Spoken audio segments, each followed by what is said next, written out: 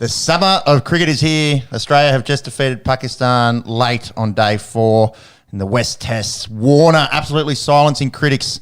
One by the name of Mitch Johnson and the rest, the armchair experts of this great nation. 164 on day 1, plus Nathan Lyon picking up his 500th wicket. Bit of big bash, and England losing is always good. The NFL playoff picture is really heating up. Wildcard spots available in the NFC and AFC. And maybe the most open MVP race that we've seen in quite some time. Purdy, Prescott, will it be another QB or will it finally be a skill position, maybe Tyreek or CMC? Yep. The Lakers win the inaugural in-season tournament in the NBA. Draymond Green's been a naughty boy, copped an indefinite suspension. Interesting top of the table in the EPL. There's only 4 points separating Man City from Villa, Arsenal and Liverpool after City have had a pretty ordinary month. A little bit of off-season news in the NRL as they take it to Las Vegas for round 1, and a somewhat lackluster UFC 296 card today, but we shall discuss that. This is On The Esky, an Aussie sports podcast. We like our sport, whether they be Aussie, US or else. We do have timestamps. You can skip to the stuff that you like, and please check us out on the socials, Instagram, Facebook, etc. We'd like to start this show by shouting a beer. The man on my left is Sean. Who are you shouting a beer this week, mate? Well, we always have to start with Shohei Ohtani. Signs a $700 million deal over 10 years to go join the LA Dodgers, which I believe is the richest deal in baseball history. Yeah. So I think it's worth probably talking about this a little bit because he did some slightly interesting things with this. First, of course, he's deferred the majority of his salary for 10 years' time. So he'll get paid $2 million over the next 10 years. And then the following 10 years, where he's most likely going to be close to the end of his career, if not in retirement, he will then get the rest of the other $68 million, which is, I guess, a great business decision for him. One, because at the moment he earns estimated $50 million annually for all his sponsorship. Sponsorship alone. Yeah. He's such a. This is the reason the Dodgers have forked out the money for him, because he's such a huge draw. Predominantly Japanese draw with the amount of people that tune in to watch him play. So it's a huge money maker for them. It also makes the team a little bit more competitive, of course. They've already in the process of trading and signing a whole bunch of other guys to create a stacked, I don't want to call it super team, but it's kind of going towards that way.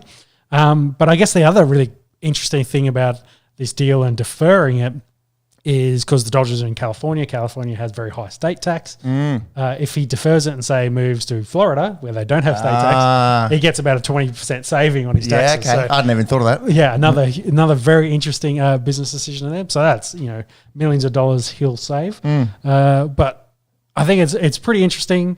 I think he would make him... It's all a guaranteed contract because he's coming off his second Tommy John surgery. But having said that, he already had the first one and then went on to be the best baseball player probably in the last 2 decades. So I don't think they're too concerned about that. I think the idea is next season he'll bat and then not pitch at all. Not pitch at all. Really? So he recovers. Yeah. And then the following season he will alternate. So the likelihood is he won't be both way player. He'd pitch and bat in the same game. They'd have a focus for him. So I'd get him a little bit more rest, I guess, so he can see out his 10-year deal. I think that might change it depending on where they are, say, for postseason races and into the postseason. But, if they play a very long season to get them through the season, as long as they make it into have a spot in the big dance, and I think that's what they want from him. Yep. Tommy John surgery in the elbow, for those listening who might not be aware, ligament repair. Of course, in his pitching arm as well. So, named after Tommy John, I imagine. So he's the third highest, I believe, top sports. And behind Messi and Ronaldo. Significantly behind as well. Like it's still an 70-year mil average. I think Ronaldo's at 124 for his 2-year, $200 million deal. And what was Messi at? I think he's over 100 million. Still, over 100. Yeah, so got the Forbes list coming up here. So it's significantly higher, but I think it's a... What do you think about the deferring? It's a very baseball kind of thing. Yeah, I probably don't know enough about baseball to fully comment, but it seems a little bit LA dodgy, if you ask me. Yeah. So his official income is only $2 million a season for the first I can't remember many I can't remember the years. baseball player, but there was one baseball player that was getting paid like $1 million for 20 years after he retired. Yeah, crazy. Just collecting, because that's just how they did his salary. But it seems a bit unfair to to other teams. And like this contract is more than what a lot of the other teams can pay their whole roster. Yeah, well, I think even the worth of the club, because I think it's is it the Mariners? No. Yeah, Seattle. Yes. I think they're not worth much. They're worth like 1.1 billion or something. So he's worth 70% of an actual baseball team. So again, a lot of crazy stats in this. I can't imagine for a comparison, probably in the NFL was like Patrick Mahomes, his 10-year, $400 million deal, getting 40 a year. If the Chiefs had deferred that for 10 years, what they'd be doing, I don't think Tyreek would be in Miami, would probably be a good guess. And they'd have a lot of extra talent with all the extra money they were saving against that salary cap. Miami Marlins, I think you're after there. Yeah, the Marlins. They're worth $1 billion. So he's worth 70% of the Marlins. Yeah. But then a lot of teams down around that sort of $1 billion mark. Oakland A's, who are they going to Vegas? Is that been confirmed? Let me have a look. Maybe. And then Cincinnati, Kansas City, Tampa Bay, all around that $1.2 billion. So, yeah, and in terms of his comparison to those lower clubs, crazy amount. The Dodgers are the second most valuable team, are a long way behind the New York Yankees, who are worth $7 billion. Yeah. So, Shohei Ohtani making all the money. Probably the peak male form at the moment. I don't think you do better. No, I don't think you could. The A's have applied to relocate to Vegas. So following the former Oakland Raiders. Yeah, so poor Oakland losing the two sports teams. Mm-hmm. I'm going to shout a beer to Annabelle Sutherland. We've gone from a massive $700 million deal to good money, $365 grand. Solid money. Aussie for the 22-year-old cricketer. She's only going over to the Women's Premier League for the first time. Second highest ever for an Aussie girl, behind Ash Gardner, who collected over 500,000 AUDs last year. Annabelle will be joining the Delhi Capitals, so good to see a young Aussie getting paid in the Women's Premier League. The auction did happen about a week ago, so you could check out the other big earners from that. Monks, the other you Peps, Monks got back to us. So it was Bobby Bonanilli, I think it is, took the Mets to the woolshed with his lucrative 25-year deal. How does he work? I don't know. They obviously thought, we'll make more money in the future. We'll just push future problem. It's like those lottos, when you can win $1 million a year for the rest of your life. Yeah, that's just actually what he had, that ticket for him. So, Mop of the week, and this one goes to a man I didn't think I would give a mop to. I did love watching him terrorise batting lineups back in the day, but this mop goes to the top knot, Mitch Johnson, for his scathing article a couple of weeks ago in the West Australian. Really lit a fire in Australian cricket circles, pretty much going to town on his ex-teammate David Warner.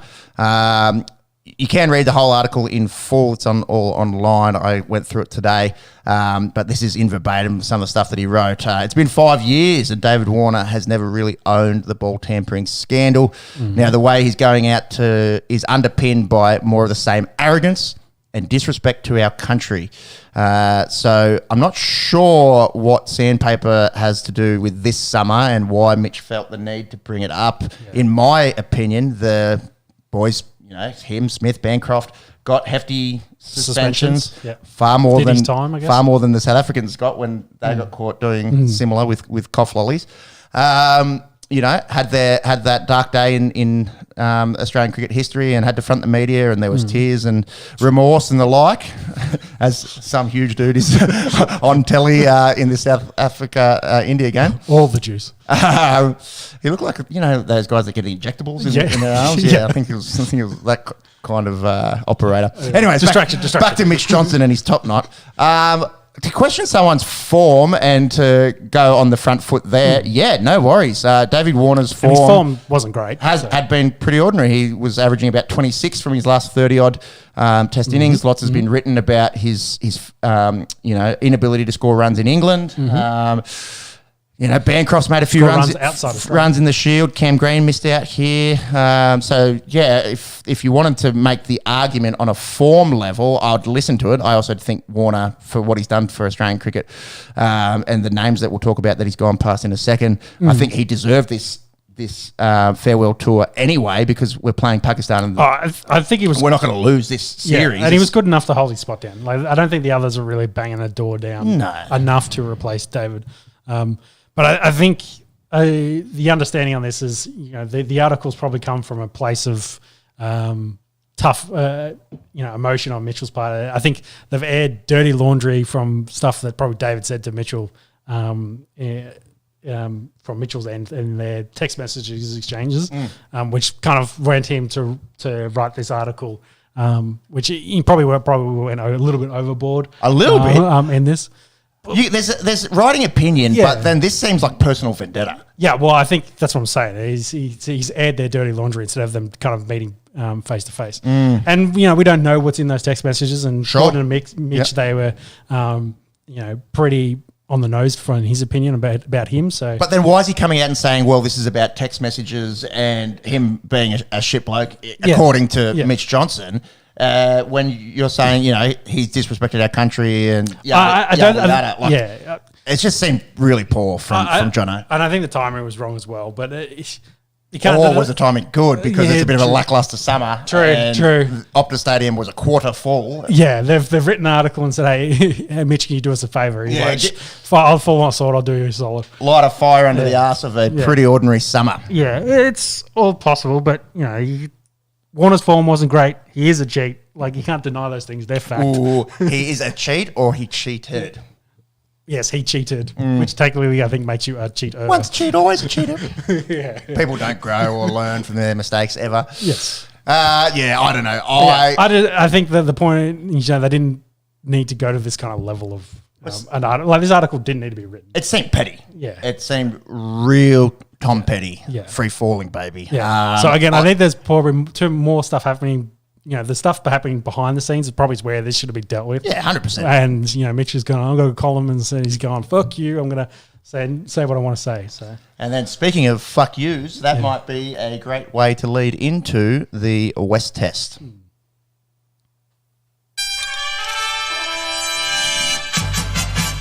Yeah, Dave Warner went out and said fuck you and scored 160 odd in a day. But we'll get to that in just a second.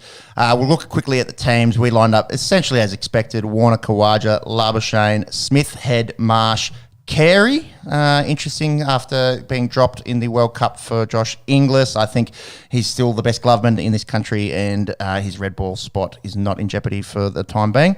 Stark, Cummins, Hazelwood, the usuals with the quicks when healthy, and the return of the GOAT, Nathan Lyon, after tearing his calf back in the Ashes. Cam Green did come public saying that he's been battling a kidney disease his whole life. Yeah, from birth? Yeah, from birth. There's a piece, I think, at the lunchtime on Channel 7 on day one. Yep. Check that out. Essentially, it means... I think it's like well managed for now, but it makes him more prone to cramping and, I think that takes special care. Exactly. He's stage 2 of, 5 stages, and 5 is basically his transplants. Dialysis and shit. Transplants, yeah. So, that's probably what his later life will probably look like. But for now, I think it's manageable and... it was meant to supposedly stop him from growing as much as he did. So the bloke was going to be Victor Wembanyama otherwise. We wouldn't have seen Cam Green in playing for Australia. He would have been playing centre for the Spurs. Pretty crazy, to be battling, that kind of chronic condition, and also to keep it under wraps for as long as they did. So interesting that they came public, and it's a good watch, and just more and more respect for the young all rounder. Is anything that he can't do. He bats, he bowls, he's 6'7" and feels in the gully, and he is smashing a chronic illness. So good on you, Cam Green. Not in this team, but when Warner does retire, there's a lot of questions. Big shout that he might come back in, whether that's opening, whether that's in the middle order, and Marshall Head goes forward. Yeah. We may leave that for another podcast. Yeah. Yes, maybe we do that after Warner retires. How's that sound? No, a little speculation before. Okay, would be nice. Yeah, plus a scathing article in the newspaper that we don't write for about how shit a bloke David Warner is. Anyways, Pakistan, their top order reasonably established. Abdullah Shafiq, Imam ul Haq, Shan Masood takes the captaincy. Babar Azam has ceded that. Saud Shakil, haven't heard too much about him. Sarfaraz Ahmed, the wicketkeeper. Salman Ali Agha, Fahim Ashraf, Amir Jamal, who debuted and had a very nice debut, and the big man, Shaheen Shah Afridi, and Kuram Shahzad. A few little interesting tidbits. Harris Ralph is playing Big Bash instead of making himself eligible for his country. I don't know if he would have been picked, but he's chosen to play for the Melbourne Stars. And Mohammad Rizwan misses out. Hasn't been playing in their test team a whole lot recently, but he's an incredible white ball cricketer. He averages like 49 in T20 internationals. So for whatever reason, that incredible white ball form isn't able to translate into the red ball team. We win the toss and bat first. Like that decision? I think they were saying no one's ever bowled first and won at the interesting. So yeah. I think in the scheme of things, we were never losing against. Yeah, it didn't really matter. At home, I think they get some batting practice in and put the Pakistani team to the sword. Usman Khawaja was wearing a black armband. Now he did have on his shoes in the lead up, all lives are equal. This was sort of in a nod to the poor Palestinian people, obviously going through the ringer at the moment. The ICC said you can't wear them because it's a political statement. Yeah, I think they had a ruling as well. You can't have, besides political statements, like you can't have wording on your gear that isn't official or sponsored. But it's interesting, isn't it? Yeah, because it's not a particularly egregious thing to say that all lives are equal. I think most people would agree with that sentiment. Had he written "fuck Israel" or something on his shoes, it might have been a different story. But then Uzi came out and made an Instagram video. It's only 2 minutes, worth watching. About he was pretty disappointed with the decision, but went with the black armband and said he just didn't want to stay quiet about it. And a really nice sentiment actually from Uzi, saying that. He said one Muslim life is equal to one Jewish life, is equal to one Hindu life, is equal to one human life. And that's definitely a message I think that everyone can get around. And just for saying that, the poor bloke copping a fair bit of heat online. I suppose that's the world that we live in. Even a rational statement like that, you'll get some peanuts given it to you for it. I think it's also interesting. There's probably two things, with Test cricket, it's historically you're in your all whites, it's all white. So you actually see more and more sponsorship coming through. And I wonder as well, because the Australian team has just got their latest big front sponsor being Toyota. Whether they're like, hey, this is our first kind of game going. Whether they got on the blower. Maybe. Yeah, just like Qantas to Rugby Australia, getting on the blower and say, hey, we want to make sure that our sponsorship dollars are going to something that we also believe in. So, there's probably a whole bunch of other shit that happens in the background. But I don't think the message was that bad in retrospect.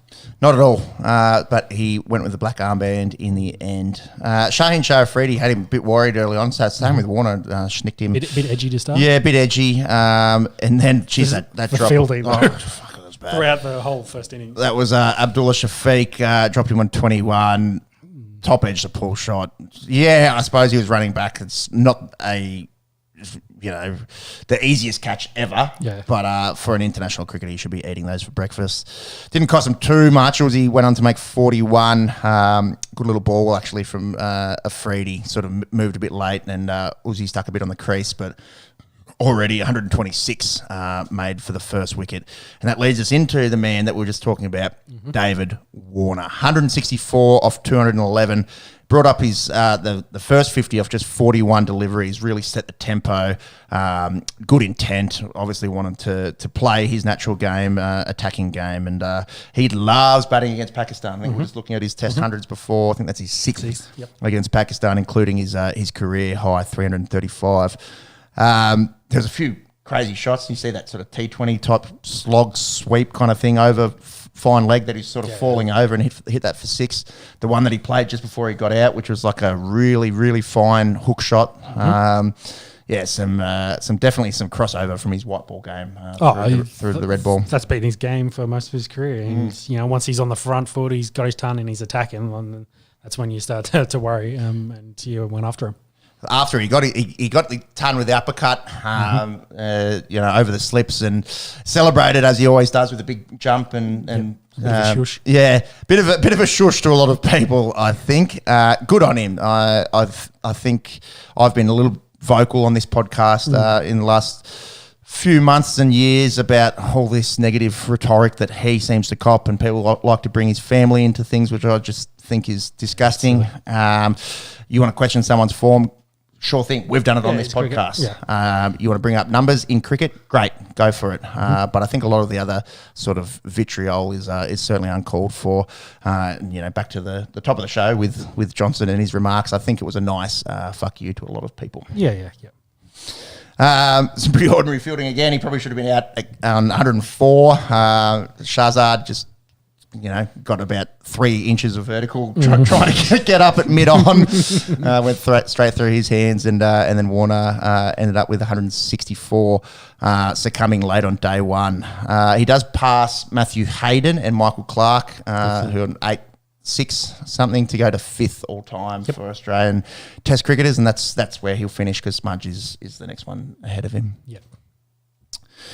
Middle order continues sort of a run of not great form between Marnus and Smudge. Didn't really need heaps of runs. Marnus LBW. Smudge poked outside off. They went for 16 and 31. Travis Head looked well and truly on. And then Big Bison. Yeah, and then the Bison. We've got to talk about the Bison. Definitely cementing that spot. Yeah, he is probably a little bit frustrated with the way that he got out. First ball after lunch on day 2, walking down the crease and played all around it, and top of middle went. But yeah, really good 90. The way he got off the mark, hitting the cover drive on the up, absolutely creamed it. There's no doubt he is a very strong man with the way he's so strong. He gets the cricket ball around the field. Bison's strength. Yeah. It's like a fucking big thing out of Yellowstone, charging at big Kevin Costner. In front of his dad and Sean, they're often there supporting. Well, it's a hometown for him. Well, not far for them to go, I suppose.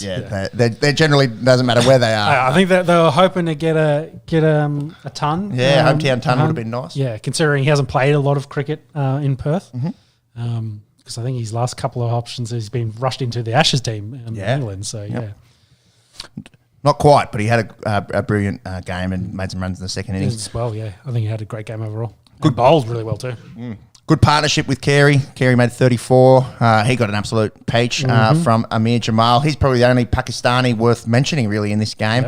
6 for 111 on debut, albeit cleaning up the tail in Stark, Cummins and Lyam.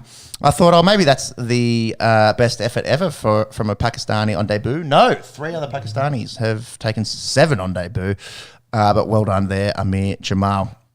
Pakistan went out to bat about halfway through day 2. Started strong. Got off to a really good start. I thought, hang on, here we go. It's competitive. Yeah, don't judge a game until both teams are battled on the deck, and they start off really well. And Abdullah Shafiq, he was victim 497 for the GOAT after he charged and flicked it straight to Davey Warner at leg slip. Then Imam ul Haq, nephew of Inzamam. He got stumped. Did you see him smack his captain? Doesn't get you in good books, although he might have said to Shan Masood, hey, that cost me 3 runs, bro. He smashed an on drive that hit Shan Masood at the other end. Masood, he went to Stark, a little feather, end of day 2. Then they sent in the night watchman, Kurum Shazad. He only made 7. Not much out of their middle order. The dangerous man, Baba, when you get him for 21, you'd be pretty confident that you get through the rest, and so we did. Then we went out and made 5 for 233, declared about halfway through play today. Yeah, after Usman got out. Yeah, and Warner and Labuschagne both went early. Yeah, nothing, man. 2 for 5. And 2 we were for like, 5. ooh. Again, sort of thought, oh, maybe game on. Maybe, maybe this isn't going to be all one-way traffic Australia. But Usman really handy 90. Yeah, and with Smudge kind of steadied it. Yeah, 45 for the smudger. Yeah, Head came out and kind of wanted to pick up the pace a little bit, got out, and then was the Bison, I guess, came in and was happy to smack it around a little bit. 63 not. Support Usman. So 153 for the Bison for just the one dismissal in this test. It was all Australia this afternoon. The deck started to get a bit up and down. And the bit of swing going on? Bit of swing, bit of uneven bounce. And the big talking point really was Nathan Lyon picking up test wicket number 500. Did it about an hour and a bit ago. Had to wait a long time because we were talking about it 6 months ago that he was probably on track to do it in the Ashes. Yeah. And then, infamously tore his calf and has had to rehab that and had put his hand up to go play in the ODI World Cup if needed when Ash Nagar went down. Didn't have to do that. He also said, the five not ODIs, the 5 T20s that we just played against India, that he was unavailable for those. I think he was interested in doing some pub stuff when that was on. But one of the best bowlers in history, really. So 500, pretty elusive. Exclusive club, I should say. Yep. Elusive also works. So only the 3rd Australian to do it joins the real heavyweights in bowlers in history. SK Warne 708 wickets and Glenn McGrath 563.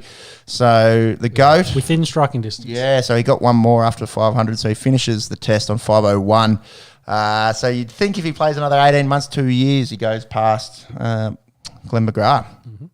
Interesting, we're talking about averages as well. Yeah, just tick over 30. So you wanted to tick it under. Average a lot higher than those two blokes, but McGrath averages 21.64. Insane career. Even the great Warney averaged 25. So nothing wrong with an average of 30 as a right arm off spinner. Also, as we go through that list, not many spinners in general, but right arm offies. There's very few. On that list. So an incredible effort for a right arm finger spinner to achieve what he has achieved. And now it's kind of how many will he finish on? He should catch Courtney Walsh, 519, who is 7th all time. So that's everyone. Yep. And then McGrath, we just spoke about on 563. He's still 100 behind Stuart Broad. So who knows there? That's to go top 5. That might be a bit of a stretch. Yeah, they play a lot more tests, bring in Bangladesh, etc. Pad his stats a little bit. Yeah, that's right. Can we get his average under 30? And we're just playing Zimbabwe at home, Bangladesh at home, Afghanistan at home. Thank you. Yep. To get the GOAT's average down. I reckon he'd love to finish that career with it under 30. He would need a few very tidy spells to be able to achieve that. Yep. Thoughts on the game in general? I think everyone went about as the way we thought it would go. Crowds are a bit lackluster. Yeah, that's an important point. Very empty scenes throughout. I think the next 2 games will have a lot better crowds just because of the timing and the event. The nature of it, public holiday, Boxing Day, etc. Exactly. But I don't think there'll be any challenge at the moment from the Pakistan team. I just don't think they're where they want to be. And the Australian squad should do quite handily going forward.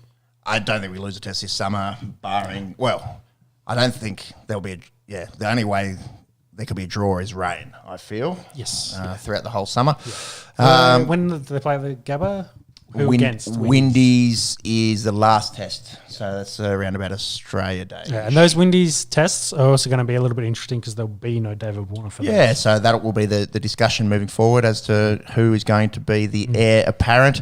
And then we sort of were speaking about it during the week. There's going to be a changing of the guard over the next few years. Yep. Kawaja's 36, Nathan Lyon's 35. Yeah. Even the quicks are starting to get a little long in the tooth. Mitch Stark, 33. Carey's 32. Yeah. Because I guess the main target for us is the next Ashes. So that's the 24-25 Ashes. Yes. Yep. So that's our summer.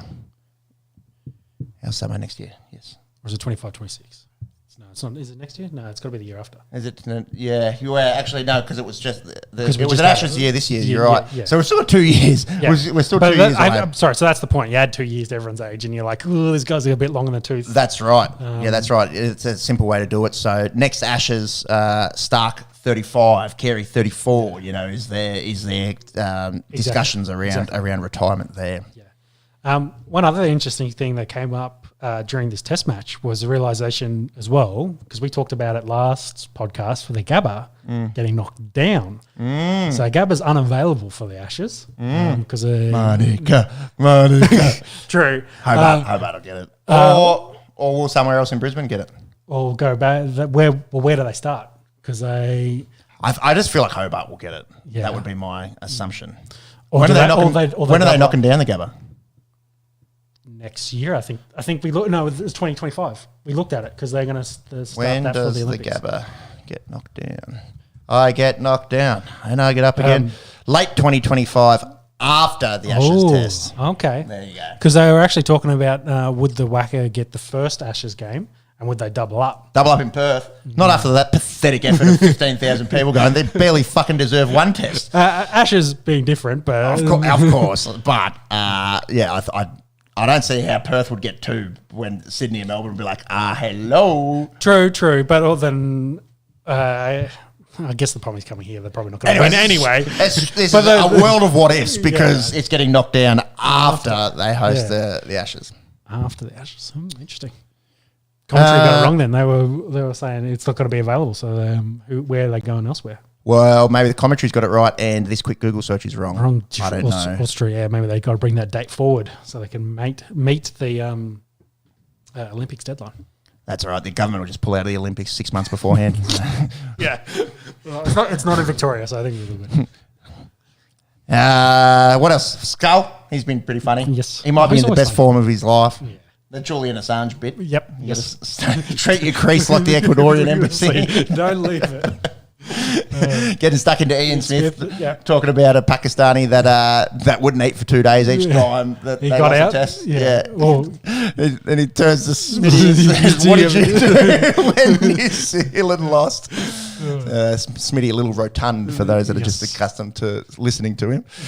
The bloke, he's like a fine wine, isn't he? He just gets better and better with age. He's very, very good. Do yourselves a favour if you haven't, YouTube Skull Brewery Tour.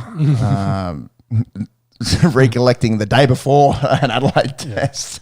His highlights, like, go through it. Very good. Big Bash is on. I know for us. Would you have known? I think their advertisement this year is kind of... It seems a little down. Yeah, it definitely does seem a little down. Especially when it started. I was like, today's the first day. I haven't seen anything. I didn't see anything about their draft. They did their draft a couple of weeks ago. It was a lot quieter, wasn't it? Yeah, because the first one they were like, trying to hype it up, and then I watched the first one. I was like, this is pretty lame. To put it lightly. In comparison to an NFL or NBA draft, maybe I had expectations a little too high. Yeah. Remember, in life, no expectations, no disappointments. And, I think the main thing happened, Gillespie went after Khan and then the Strikers retained him, so he couldn't go anywhere. So, the hype of the draft probably died off anyway with the retention, but there was no news about it. There was no... very little. Yeah, and then the first game kind of come around, you're like, it's starting. Who's playing for who? Like, what's going on? It was very quiet. And I wonder if it'll ramp up now that school's kind of finished. We're kind of into peak... get your kids to Big Bash games. now, like whether they'll pick up some more of the advertisement, especially with the other summer of cricket. They're not really competing as heavily against the Australian team as they have in recent years with the recent series. But I think it's to me, the way it's going to be marketed is kind of slow death is the way I feel like it's gone. It's felt like that the last few years, hasn't it? Thanks, Paddy Hogan in the comments there. The BBL is a wet blanket. Yeah, it kind of has felt like that. It doesn't have that same allure. I will say when they played the first game, I was like, oh, that game's on. I was like, where's all the advertising? Is this rugby? That's harsh because it was really quiet. I don't think it's quite on rugby level. Yeah. Raylene Castle, if you're listening, say hello. However, it certainly doesn't feel like the Big Bash. Yeah, say even 3 years ago. Yeah, and I think COVID was a big dampener in the wet blanket of the BBL. Well, I think there's just so much saturation for T20 leagues that Big Bash just can't compete, honestly. Like, and just some of the names as well. Like we've really gotten into the IPL over the last few years, and when you're watching IPL compared to Big Bash, it's just money. It's just, there's a difference. It's eons difference, isn't it? Yeah. So possibly the season is a little too long. Do they directly compete with the Caribbean one as well now? Yes. So the back end of it, I think they lose some to the Caribbean. Which is your prime finals kind of run. Also, no Indians play in the Big Bash League, so that's a BCCI thing. We do get a few POMs here and there. Nice to see Quinton de Kock there. There's a few sort of elites in there. And it's obviously it's great for developing young Aussie talent. Probably the point of it is to get a lot of these younger Aussies ready to make that next step and pull on the green and gold. They do miss the big 11, and that's maybe a problem with it too. In that, if you're the face of Australian cricket aren't involved in it, they're never playing. That's right. And how good was it last year? When Smudger was playing and went on that run, and he played in the second game for the Sixers and made 60 odd. Yep. It's way more fun when your big names are playing. Yeah. I think we said it. The season's too long. Yep. I think it fits perfectly in that school window. Is probably where you want it to sit. That's what they're after. They're after kids. They're after female. They're trying to grow the game to an audience. But is the final still mid February? Yeah, I think the kids are back at school actually. Yeah. That's my point. They shorten it, bring it forward, finish. Last week of school holiday should be the final. Now, could they expand and shorten the season? Would that be an interesting way to do it as well? So could you have 2 more teams? Obviously, that will dampen the talent pool, but you'd open 2 more markets. Is that a way to go about it? Do you bring Kiwi teams? Yeah, that's also a good shout. Yeah, have two Kiwi teams in there. I'm sure. Yeah, I don't even know what the T20 challenge is in New Zealand. Logistics, Yeah, that's a good point. Then you'd have 2 boards working together, but that's a bit of Anzac spirit. Yeah. Well, I'm just using these comparisons. Like if I'm going to add 2 more teams, where I'm going to get all these players and also generate hype. Well, if you bring in the Kiwis in, then opens up a lot of Kiwis talents. perhaps. Yeah. So. But again, you're going to have the same problem. Their test their top 11 is the same time, so you're not going to be enticing their test cricketers. That is a good little segue into the first game where Colin Munro made 99 not for the Brisbane Heat. They're travelling pretty well. Did you see the game that got abandoned in Geelong? There was the pitch, yes, uneven bounce, bit of tennis ball stuff. I don't recall seeing that. No, I don't think there's any. I think there's been plenty of pitches where they're like, "Oh, this is a bit dangerous," but they're like, and it's a test match. It's like, well, we're here to play, so it'll wear itself out. Yeah, I don't even like in this. Like how does it happen at that level? Yeah, when you abandon the game, like the people that have turned up, what are you doing for them? Yeah, I don't know if there's refunds or what the go is there. This was at Geelong, so I presume it was a drop in. I'm not even sure there. That's how much Big Bash I've watched so far. It's probably concrete underneath. It's just a Syntho. Yeah, exactly. That's the old Syntho. But it looked like a 4th grade deck that had been uncovered the night before. Yeah. It looked ordinary. And the Sticks were complaining about it from day dot. Yeah. From really early on. I think they got through about 5 overs. It did look all over the place, but then also I feel like you have to finish the game. Hey, yeah. Do you just play through it and see if it evens out a little bit? It's it's a safety issue, I suppose. Yeah, well, that's not bad. Play from one end and do it for the fans. Yeah, not bad on Paddy. Yeah, that's not bad. I think it was one end that was particularly bad. So yeah. So you take out that spot that's obviously causing the issues, and then and it's the fans that lose out. It's always the fans, isn't it?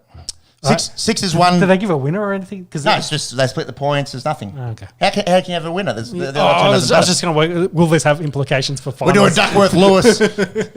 You haven't batted. What does the rubric say for a team that hasn't batted in Duckworth Lewis? So draw. Okay. Draw is what it says. 6 is 1, game 5 easily. Tom Curran, Ben Dwarsha's pretty good in that. Heat 1, game 6. Scorchers, as always, look good. Their bowling attack is elite. They won the 7th. So it's a weird looking table at the moment because some teams have 3 games, some teams have 1. 2 teams have been it definitely feels involved in a game that got abandoned. Like you're telling me this, and I feel like I'll just come back in 6 weeks, and that's when it'll matter, and I'll watch it then. I'll start watching the last few games when they have fun elimination games. Yeah, that sound like Mike Whitney commentating Gladiator from the late 1990s. Yeah. The Eliminator. Yeah, ready. I definitely think it's because they've expanded this. There's too much saturation, I feel. Probably too much T20 going on elsewhere, which, and then the Australian League's just too long. And they've oversaturated it. So, yeah. Heard it here first. Expansion, New Zealand comes in, shorter season, maybe Canberra team. Let's go. Yeah, they've played some Monaco games. Definitely. Take it. Bit of other cricket going on. It's always fun to watch England lose. It's even funner when they're losing to a team that didn't even qualify for the last World Cup. They're back. Let's go, Indies. They won the ODIs 2-1. Shy Hope making a few runs. They also had a rain-affected game in Game 3 that the Windies won. And they're 3 games into a 5-game T20 series. So one more win for the Windies. I think that's tonight, maybe tomorrow. And they'll win that series too. We're currently watching South Africa and India. South Africa in the pink kit getting absolutely dicked. These teams are about half strength. They're not quite the... 80, they're not even 80%. I think they've just got a couple. But they're not quite the teams that Australia and India rolled out after the World Cup in the world's most pointless series ever. Yes. Having said that, they're a touch stronger. Yeah, not too bad. South Africa struggling, 8 for 76. They've steadied the ship. It did look worse earlier on. And New Zealand playing Bangladesh. That's it for cricket. Anything else to add? Nope. Davey Warner, I salute you. I've been hoping and praying that he went out with a bang. And it has been unwarranted. I had this thought, did he go too soon? Yes. So his last 4 innings, he won't make runs, and they'll say, fuck you, David Warner, from our recliner, just like us. You meant to get the ton in Sydney. That was the point. So hopefully he makes the ton in all of them. I think he's definitely going to. I think all of the batsmen are going to have a lot of opportunity to score big runs. So let's hope they can do so. Yeah, and Marnus and Smith and Smudge, never would have thought it. They're in need of a few runs. Well, I think Smith, they were saying he averages a ton every 5 innings. So I think his averages are slowly ticking out because he hasn't had one recently. He's due, baby. Yeah. All right, let's go the Esky segue. Cricket to NFL. He broke his ankles! Playoff picture is absolutely heading up. We'll run quickly through the divisions and then look at the playoff picture. In the AFC East, the Finns look like they'll probably get that. The Bills have to play the Cowboys tomorrow. That is in Buffalo, so they'll start as favourites in that, which is pretty crazy. Did get a good win over Kansas City last week. Yeah, it was a fun game, wasn't it? Crazy finish. Kadarius Tony lined up in the end zone. Oh, those refs, the officiating's been used again and again. What's the go with that? Like, the side judge should have been screaming at him. Is that your take on that? Or does he was definitely offsides. Like, he was 100%. He was offsides. Yeah, but he did give a light point to the line judge. You can see that in the video. And then he turned around and he's facing Paddy, waiting for the snap count. So whether he hasn't waited long enough to get a response. The line judge isn't yelling out to him, or he hasn't warned Andy Reid, so Reid could throw a timeout. All of that, it's hard to say, and it's not the only one. It happens on a lot of NFL players that don't get called. Yeah, there's holding on almost every play. If their hits to the helmet are kind of inconsistent as well, depending on the team. So it's a hard game to officiate because it's not like league where there's a ball carrier and a tackler. And yes, you have to watch the whole line. You have to make sure that people are their 10 back. You have to look at the markers. 7, 8 of them. Well, that's the other point as well. There's plenty of guys. There's heaps of guys in New York. So you'd think they'd be able to get. They also have a lot more money than the NRL. And I think the big push on the officiating, because influencing games has a direct relation with the gambling over there. It's actually I've put a note in there that what is the game with that? You can buy, like, you can go to Walmart and buy gift cards. So you buy $100 gift card for punting, but it's for all the various apps. So for us it'd be Sportsbet. For there it's like DraftKings, etc. So these 6 apps are where you can spend this gift card of $100 off your betting. That's actually sick. Yeah. I know, you love that. You're like, Sarah, get on this. That's what I wanted, $100 Sportsbet gift card. Yeah. So, things like that. And it's definitely growing in a massive thing. And you can see, I've seen video of guys that drive over state boundaries. Because it's different because some states it's not legal, other states it is. And it depends on where because it's geolocated to your phone. So if you're over the state boundary, you can put a bet on. Yeah, right. So, like there's people on the sides of highways, like selling them. No, there's like 3 or 4 cars they've just pulled off, so they can put their bet on because they've crossed the state boundary. And then punt. Yeah, and then they turn around and go home. So. Same thing here, mate. New South Wales and ACT bar changed the laws a little bit and have to do the same thing going out to Queanbeyan. Yeah. Anyways, so I think that hyper focus on those results and directly impacting results in games and potential lawsuits from big. That's the thing the NFL is concerned about. from big lawsuit. Yeah, from bettors is why officiating is so in the focus of the media, because it is it directly impacts results of games. So right or wrong, some wrong, some right, but.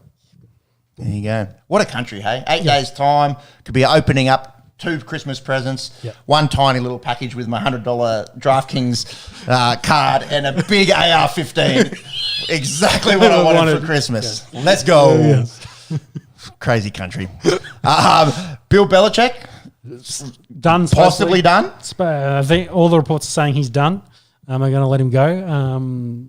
That's the Simpsons meme, hey? So after 20 years, so long and good luck? I don't recall saying good luck. Yeah, exactly. There was a bit of a rumour floating around they might try to trade for Mike Fable. Sharing the Titans are kind of a bit iffy at the moment. And given the New England connection. Exactly. Whether they also want to start fresh, there's that idea. And then, with the Chargers sacking their coach, Bill's been talked about as a direct replacement to go to LA because they've got the future stuff. They've got the franchise quarterback Justin Herbert, so Bill can do what Bill does, and that's build elite defenses. So which I don't want, because we've now got Andy Reid, Sean Payton in there, and the Raiders just fired their coach. I don't want Jim Harbaugh to go to the fucking Raiders. Yeah, and Bill Belichick like, the Broncos fam. I was like, oh my God, there's too much coaching talent in the West. Well, that's a good little segue into the West. And speaking of the Chargers, they do need a new defense after leaking 63, 42 and a half. Hammered. I took the unders in this game. the unders were 41, so I lost at halftime, and they were coming off a 3-0 game. Yeah, they scored 0 points the week before. They scored 63, and their defense scored 3 touchdowns in this. 2 maybe, yeah, definitely 2. I can't remember if they got third, because they got the wicked one-handed intercept from the defensive end, and then the nose tackle ran 50 on a fumble recovery. Big man with football. Yeah, I think he'd played like 12-something seasons, and that was his first touchdown. Touchdown. For a nose tackle, unsurprising. Yeah, they don't score a whole lot. Big man with football running down there. But yeah, both those teams, I think I think Panthers are the only team officially eliminated from the playoffs, but they're a long way back at this stage. Yeah, there's a few that are not officially, but may as well be. Your Broncos, not a great effort today against the Lions. You were pretty fired up because the Broncos have been trending in the right direction. Yeah, tough kind of matchup for the for Broncos. I didn't think we'd win going in there, and it's a tough team. You definitely can see they've clearly got holes. They're not a Super Bowl winning team, but I think they'll sneak in the playoffs because they've got those two teams we mentioned before, Raiders and Chargers, plus New England as their final three. So they should finish 10-7. And Kansas City are only one game ahead currently. So, praying for another Kansas City loss. I think they've lost, 2 straight, and they're like they're not 1-5, are they? They actually had a pretty dismal run lately. The Chiefs, much to my delight, of course. But they're keeping it close there in the West. The Chiefs do play the Giants tomorrow, so good luck. But let me tell you how because they've definitely trended down. Your man, good old Tommy, Italian Tommy's going to get the job done.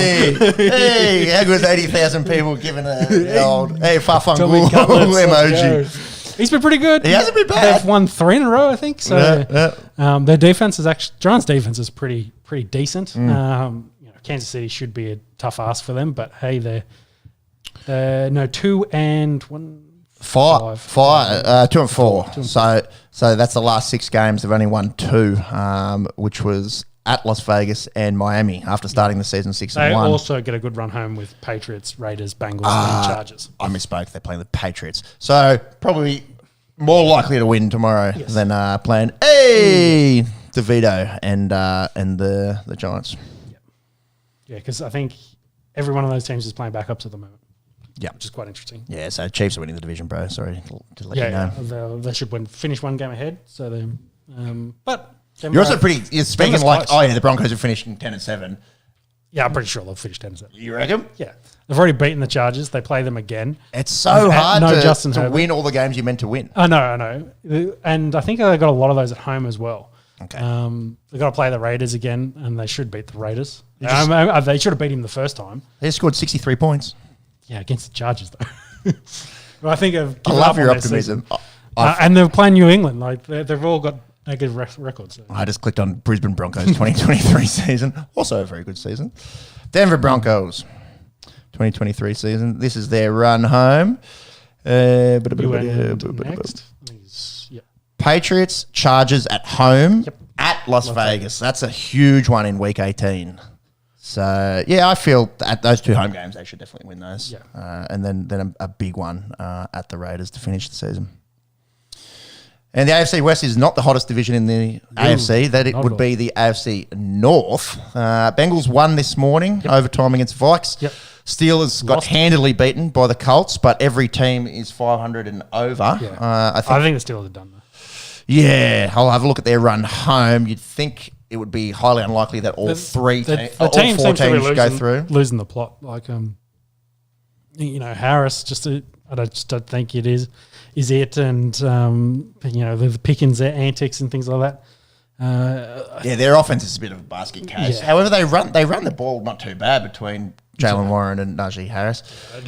It's really their defense that has to try and win them games. Yeah. You see the TJ Watt stuff? With the concussion, and the smelling salts on the sideline. And then they put a dark visor on his face mask so they couldn't see. Like and he was in the concussion protocol. Like, that's 100%. At least get him in the sheds and get him on the smelling salts. On the sidelines in the NFL. Crazy. What is this Steelers run home? Don't even have it here.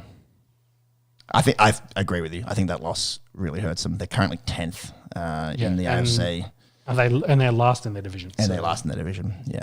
But the other 3 certainly could go through. 8-6 for Bengals, 8-5 for Browns. And Baltimore, obviously, will go through at 10-3. Yep. AFC South. About football Jesus. Yes. You said he'd be Jesus if he'd come back in a week, and he did. Yeah, I think that looked nasty. Everyone. Well, I've seen a lot of things like, did Trevor overreact maybe a little bit to? No, it would hurt. It would hurt, yeah.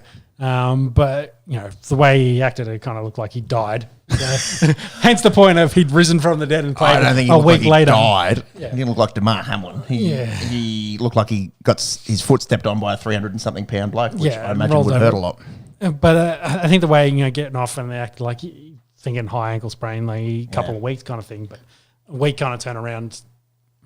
Maybe could have finished out that game. Maybe I'm sure that would have hurt a lot, and probably swollen like anything. But they get the best treatment, in the world. Probably a few injections, and he possibly shouldn't have been playing weekend just gone because it looked ordinary and they lost. So that's that. But Jags, yeah. Is there anyone else in the South?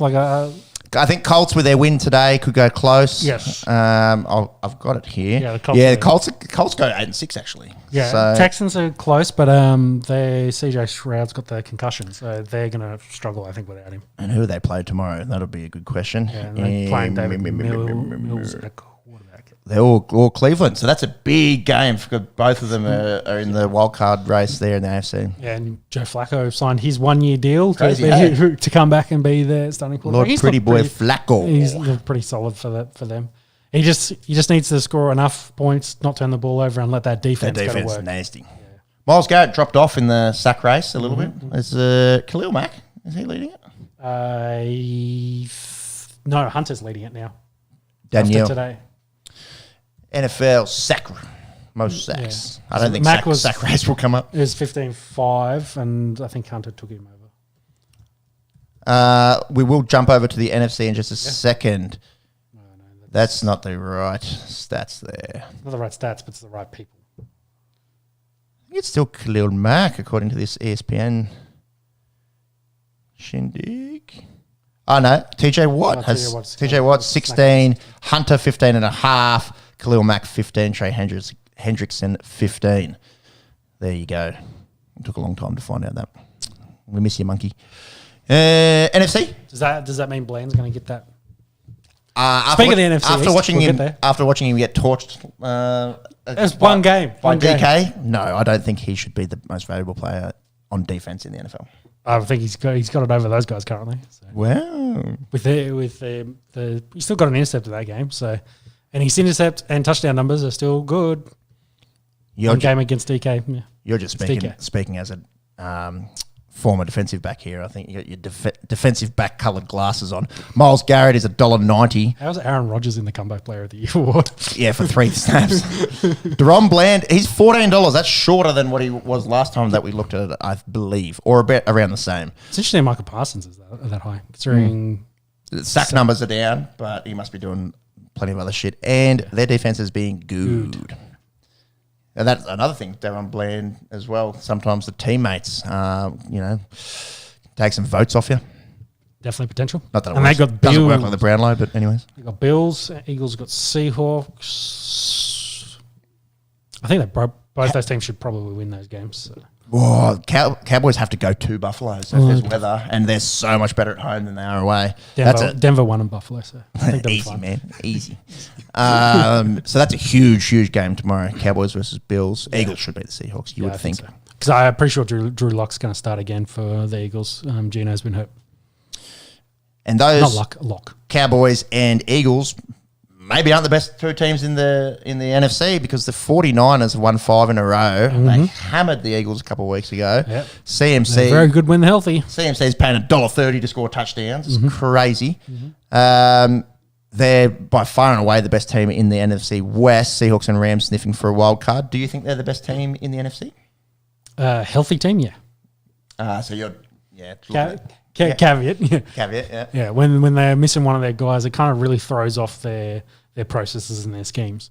So at the moment, I think they've kind of shown they dominated the Eagles. I think Jalen's probably playing a little bit hurt, honestly. He just hasn't looked like himself in recent weeks. A little hurt, you reckon? Yes, a little hurts.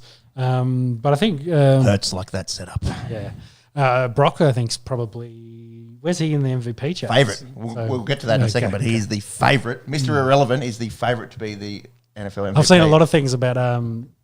was it their... when they went... What's the record at the moment? Are they 10-3. 10-3. Yeah, I think they showed and I think they have an easy game tomorrow as well. Yeah, I think they got comparable stats for Jimmy G's year where they went 11-2, and it's like the same. It's like they have the same stats. 11-2, 14-2. At the point in the season, so they're 11-2 at that point in the season. There's a horrible thing that I just said. Monday Night Football is 49ers versus Ravens. It could be the fucking Super Bowl. Yeah, it was the Super Bowl 10 years ago. That was the one when the lights went out. I think. Yeah, interesting. NFC North. Just like just talking about it. Yeah, there you go. Things go round and round in circles like a Post Malone song. Yeah. NFC so my point North. on the Jimmy G thing, I think the media might look at that a little bit. I think he's probably a better talent than Jimmy G was in that team, but also the stats look very similar. Yes, you can say that, and Kyle Shanahan's there just doing his thing, doing his job, but like you said, his teammates maybe help him out a little bit. That rhetoric, but they miss a couple of guys and then they lose 3 straight. So, I don't know. We'll talk about the MVP in just a second. We'll finish on the divisions and the playoff race. Detroit, obviously, big win today against the Broncos. Yep. They go 10-4. My Packers, fuck me. We look at their schedule and we're like, after the Lions and Chiefs. They beat the Chiefs. Yeah, they beat the Chiefs. They beat the Lions. And then I was like, they got an easy schedule, man. They could win the division. Like, I was like, forget it, playoffs. Like, they could win the division. And then they lose to the Giants. And then, hey, fucking Tommy DeVito goes out and beat them. They lose by a point or 2 points, whatever it was on Monday Night Football. He's really turned that so team. So Packers. Crazy. Yeah. Anyways, they're still well and truly within a sniff of a wild card. Vikes gone a bit cold too. They look like and played red hot early in the year. Played Nick Mullins today, and he threw one of the worst picks you'll see, getting tackled by like the nose tackle, and then threw the ball to him. Oh gosh! Like, as he's falling over, trying to throw it away. He threw it to the boy. The nose tackle's sitting on his bum like this, and the ball's just come straight to it. It was like, oh, thank you. Christmas has come early. Yeah. Here's my $100 DraftKings gift voucher. Yeah, exactly. An AR-15 and the football. Yes. Let's go. NFC South, the most mud division in football. 3-way tie for first. Whoever wins that division will go through, and whoever. Yeah. Who's that between? So that's Atlanta, Saints, Atlanta, and Bucks are all 6 and 7. I feel like the Bucks might be the best of those 3. Yeah, it might really depend on their run home. Their defense has been banged up all year. Yeah. So if they start getting healthy. I like the Saints with their defense. That would be my pick. But again, it's probably all run home. Yeah, well, Derek Carr probably hasn't been great the last couple of weeks either. That's why I said their defense. Yeah, true. Panthers tickets going for 50 cents, 45? 2 quarters, bro. The cheapest tickets, of course, going. No one wants to go see them play at the moment. And I'll go to an NFL game for 45 cents. So fair and struggle. They've only won 1 game. Yeah, it's been bad. And obviously they didn't get the best quarterback in the draft, it would seem. Yeah, currently. Playoff picture as it currently stands. Baltimore will be the 1 seed in the AFC. Then Finns, Chiefs, Jags, and then it starts to get really interesting for the wild cards. So this graphics from before today. So Browns and Colts stay. Yeah, and then Steelers fall out. And who's then Bengals? I think Bengals won today. Yeah, so Bengals move up. It'll be Bengals in there. So then, as we mentioned, Texans, Broncos, and Bills still in the hunt. Fuck, there's some good teams, man. Like I'd be very surprised. At the start of this year, if you told me the Bills would miss out. The Bills missing, like where the Bills are. Yeah. They've got some work to do. That's why that Cowboys game is so big tomorrow. NFC, 49ers are the 1 seed. I think they're the best team probably in the NFL for mine. Cowboys, Lions, Bucks. Yep. So now that is completely up in the open. We just spoke about the NFC South and Cowboys and Eagles are both toe for toe. So then Eagles, Vikes, Packers. That was before this morning, so the Vikes may have dropped out. So it's all they're probably still there because the others haven't played. The others haven't played. So Rams and Seahawks were well within a sniff, and then the other 2 NFC South teams, Falcons and Saints. Rams get hurt. They're kind of getting a bit more healthy, so they're kind of back to where they need to be. They could really push, but we'll see.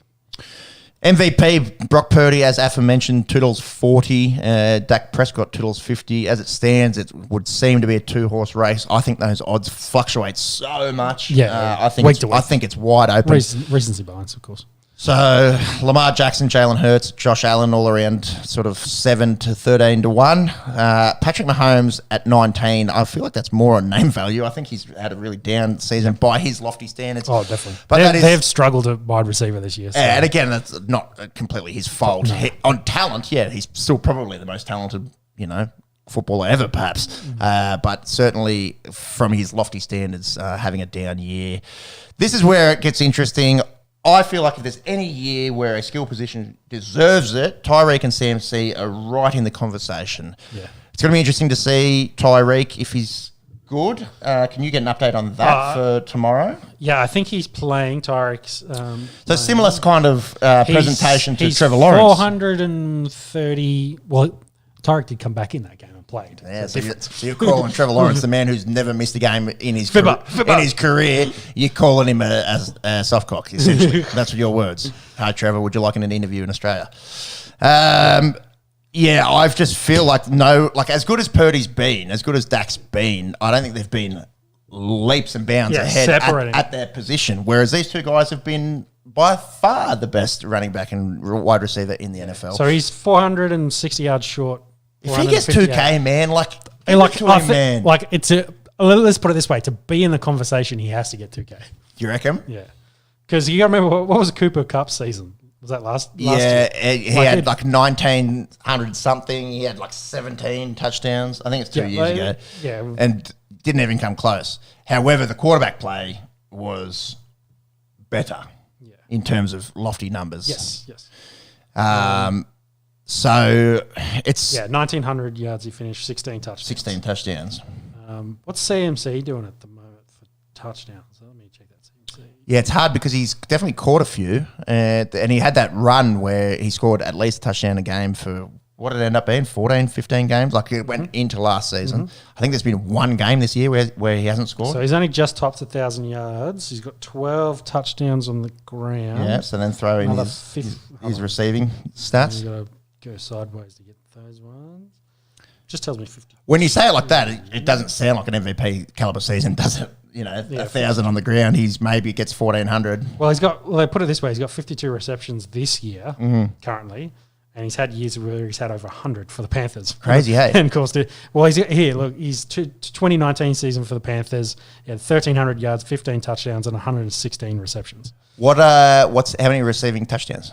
Got to get it on the phone. It doesn't give me the full stats. Oh, you can't get the widescreen. Yeah, it doesn't give me those extra ones. So I got to get the. Maybe he's been a better fantasy asset than he has been in terms of record-breaking numbers. He's by far and away running back one, and I wish I took him instead of Justin Jefferson. In hindsight, based on health, yeah, probably, but you can't. Well, that's what Justin Jefferson never missed a game, and CMC had been injury plagued, and the man who often sits to my right has CMC. Because we both sucked the year before. 52, 5 touchdowns. 5 touchdowns. So he's got 17 total touchdowns. So he's definitely on track for over 20 total touchdowns. But yeah, that's still comparable to other years where he hasn't won. So a bit more of a stretch, and the odds reflect that at 46-1. Yeah. Let me NFL touch QB TDs. Is anyone over 30 TDs? In a season? No, so far this season for the quarterback. Sorry. Oh, for quarterbacks? Because I'm pretty Dak might be close. Because I'm pretty sure by this point we do have a couple. Dak's only at 28. 28? I feel like we would. Has Josh Allen thrown 30? No one's even close. 26 for Goff because he got 24 for Tua, 20 for Shroud. Purdy's got 25, 28 for Dak. Allen's got 25. Jordan Love's got 23. Russ has got 24. Read me Mahomes' numbers there. Where's Mahomes? Only 23. How many picks? This thing doesn't like to scroll. Picks. He's throwing 10? 11. Yeah, so that's not a Mahomes type ratio, is it? Yeah, all the Denver fans love to throw out comparisons between him and Wilson's stats this year, and Wilson's significantly ahead of him, except for yards, because Wilson hasn't been throwing much deep stuff. But, completion percentage, touchdowns, intercept ratio, is all in favour of the Denver quarterback. It's interesting because by those numbers, I think your point, there's no standout. There's no standout.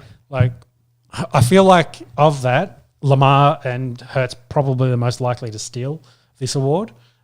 Just if they have a good final month, throw a bunch of touchdowns, run a bunch, get some more, rushing ones. I think Hurts probably hasn't thrown enough passing touchdowns this year. He's got, I think, 11 or 12 rushing touchdowns already. The tush push. But I think Jackson for mine at 7 probably makes the most sense as a guy that could push late and steal this award. So at $7, he's my favourite there. He also has those insane games in him, when he throws for 3 touchdowns and runs for 2. The poop game's the best one, where we had to go off, take his shit, come back, and then drop 40 on the Cleveland Browns to win that game. He's won the MVP before. He can definitely do it again. I might get some Lamar Jackson stats up. I'll just talk about the Tyreek as well. Tomorrow they play the Jets, which means he gets Sauce. Yep. Yeah, so a saucy matchup, if you will. His update was they were letting him determine whether he will start or not. He'll want to play for sure. Yeah. Well, his goal was 2,000, so see if he can get there. Inject that ankle up, boy. Well, what year did Lamar win the MVP? 4 seasons ago. Wasn't during COVID. Yeah, it was before then. 2019? Yeah, it wasn't his rookie year, which was 2018. So 2019, he threw 36 touchdowns to 6 intercepts and then had, where's his rushing numbers? That's going to be here. 2019, another 7 touchdowns on the ground. So he's already at 5 touchdowns this year. The rushing yards be down, won't it? Yeah, he's only at 600 though, compared to the 1,200 in that winning year. And then his passing stats, 16 touchdowns, 6 intercepts. So he's probably not. See, looking at those numbers, that's nowhere near where he was in 2019. Yeah, he's 20 passing touchdowns off where he finished with 4 games to go. So unless he's throwing 5 touchdowns a game for the last month. Man, if I'm going to say it, we've already said it, but if Tyreek gets 2,000, give that man the MVP. Yeah. Anything else to add for the NFL? Nope. Oh, Aaron Rodgers looks like he's going to get cleared. And if they why play? Because they're not technically eliminated. I think it depends on if they win tomorrow. Yeah. Maybe he gives it a go. For me, the risk is way, way, way too high. I like in my job as well. Very interested. Do a bit of quite interesting. The physical therapy. Because for me, Tim Patrick, the wide receiver for Denver, did his Achilles on the 31st of July, and Rodgers did his week 1 in September. Yeah, it's crazy. And he's going to play. I wonder. Do you know if he had a speed bridge? That's the new operation that they're doing. Ruled him out for the season. I see him on the sidelines hyping it up, so he's definitely mobile. But yeah, maybe also different. Your wide receiver probably needs his Achilles more than the quarterback does. Explosive, So maybe they're taking a more of a safer approach with him, but. It's you kind of for me that's kind of the comparison. It's just like wow, he's had it's almost 3 months more recovery time and he's not even close. So the surgery that they are doing has been around for 2-3 years, I think. It's called a speed bridge repair. So generally, Achilles repair, they have to do a huge slice down the back of your Achilles and then fix it like that. This speed bridge is minimally invasive. It's only 2 small incisions. They're able to, from pretty much outside of you, get these 2 screws go in. That's invasive, and then the rest of it pretty much happens outside. They get 2 little sutures in there, and they're able to tighten it from the outside. So then all the swelling and inflammation and everything is a lot lower than the old type of surgery. Still, having said that, it shouldn't be a 4-month recovery. So whatever dolphin noises he's listening to and the ayahuasca that he's drinking, it's certainly working. But for mine, I don't see them making the playoffs. They're 3rd in that division. They have to beat Miami tomorrow, which I don't think is going to happen. Then they have 2 games. Why risk it? I feel like the risk is a lot higher than the reward there for Aaron Rodgers, Waskley Webbett. I agree. And I just think he should just focus on 2024. Yeah, it's especially in their division at the moment. Like, I guess like it's probably hard to. Let me tell you who they're playing after Miami. Yeah, what's their run home? Because New York Jets. Like the Bills are in the 2nd place. Like they could finish 2nd. Well, they got Dolphins to start with. So. Dolphins, hard game. But then this is their run home. Commanders at Cleveland, at New England. At Cleveland, I think is probably hard. But New England, you know who thinks that they're 3 winnable games? Aaron Rodgers. Yeah, true. So there's maybe so what if they won 1? That's 2, his why. 3, 4, 5. They've only won 5. So they'll be 5-9 if they lose tomorrow morning. So then they'd have to win out to finish 8-9. I feel like 8-9 doesn't get you in. No, I think you're gonna have to win pretty close to 10 games to make the playoffs. Yeah. So even if they win out, they finish 9-8. Yeah. So they have to win tomorrow, and I feel like that's unlikely at Miami. So for mine, why risk it? Yeah. if they somehow magically manage to win, then maybe they and some of the other results go their way, then he might consider it. But that's why I think tomorrow is the big decision. And also a game they're also 2 games behind the Bills. So they need the Bills to lose. So it's not just about him coming back and winning out, which is highly unlikely. They also need other results. They can't win that division. Yeah, because the Dolphins have got that, but they compete enough in the AFC to steal a wild card spot because it is quite open there. Their problem is how strong the AFC North is because at least 2 teams will go out of the AFC North. Most likely. Yep. For mine, stay home, listen to the Dolphin music. Get ready for next year. Yep. Petition to change the turf to grass. I'll sign it. Curry sets, fires, puts it up. Bang! The Los Angeles Lakers in the NBA's wet dream win the inaugural in-season tournament. The biggest franchise winning their new concept.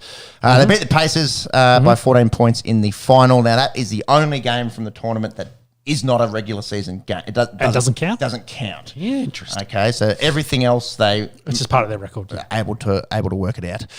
What are your thoughts on the in-season tournament in general?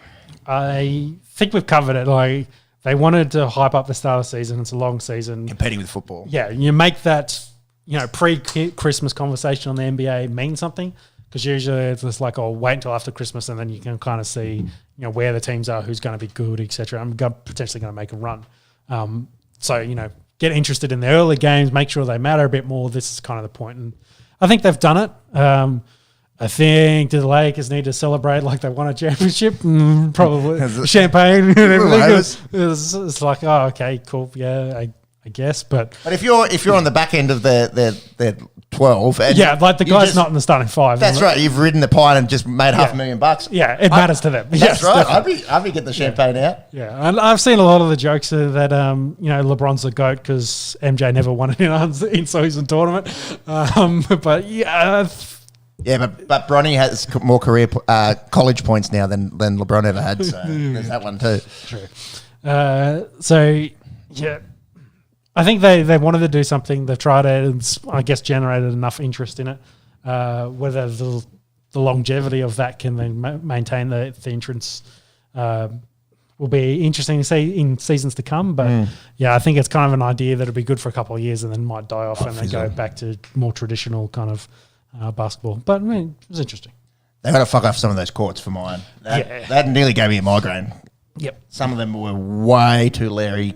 Couldn't see the ball. Didn't know what was going on. Some of them I thoroughly liked. The more understated ones where it just wasn't an absolute, visual explosion, and your cerebral cortex is trying to process everything at a million miles an hour. Some of them where there was less colour but still a bit more lairish than your average court I quite liked, and some of them I was like, this I can't watch. To use a cricket comparison, the T20 is to Test cricket.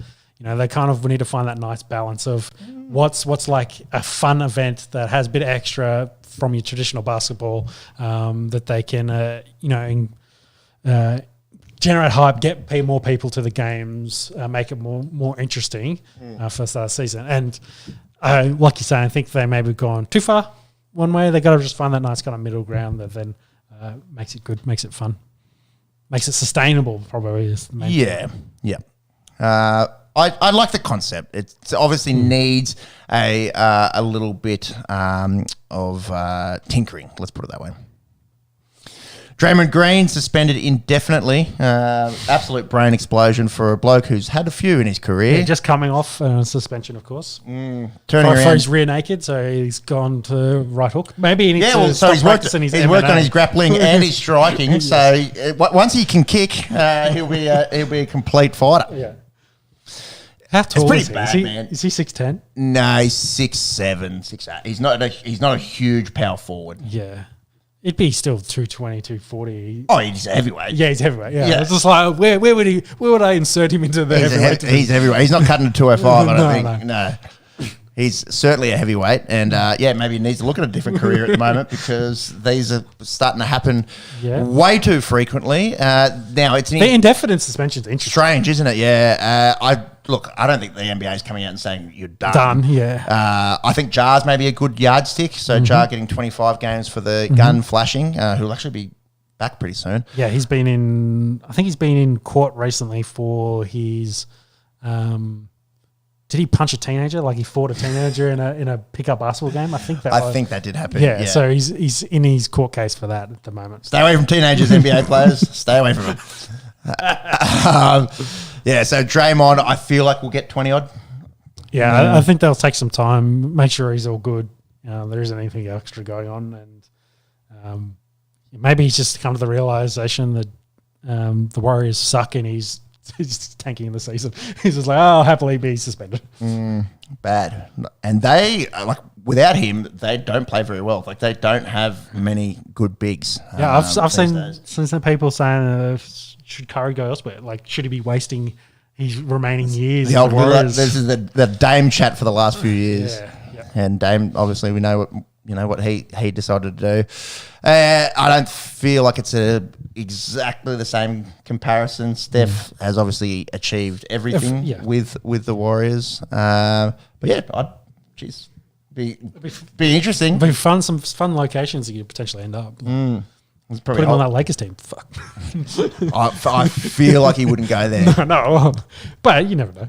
It's their missing piece. That's my point. That's certainly their missing piece. There's some fun conversations you could have about if Curry wanted to move. So for sure.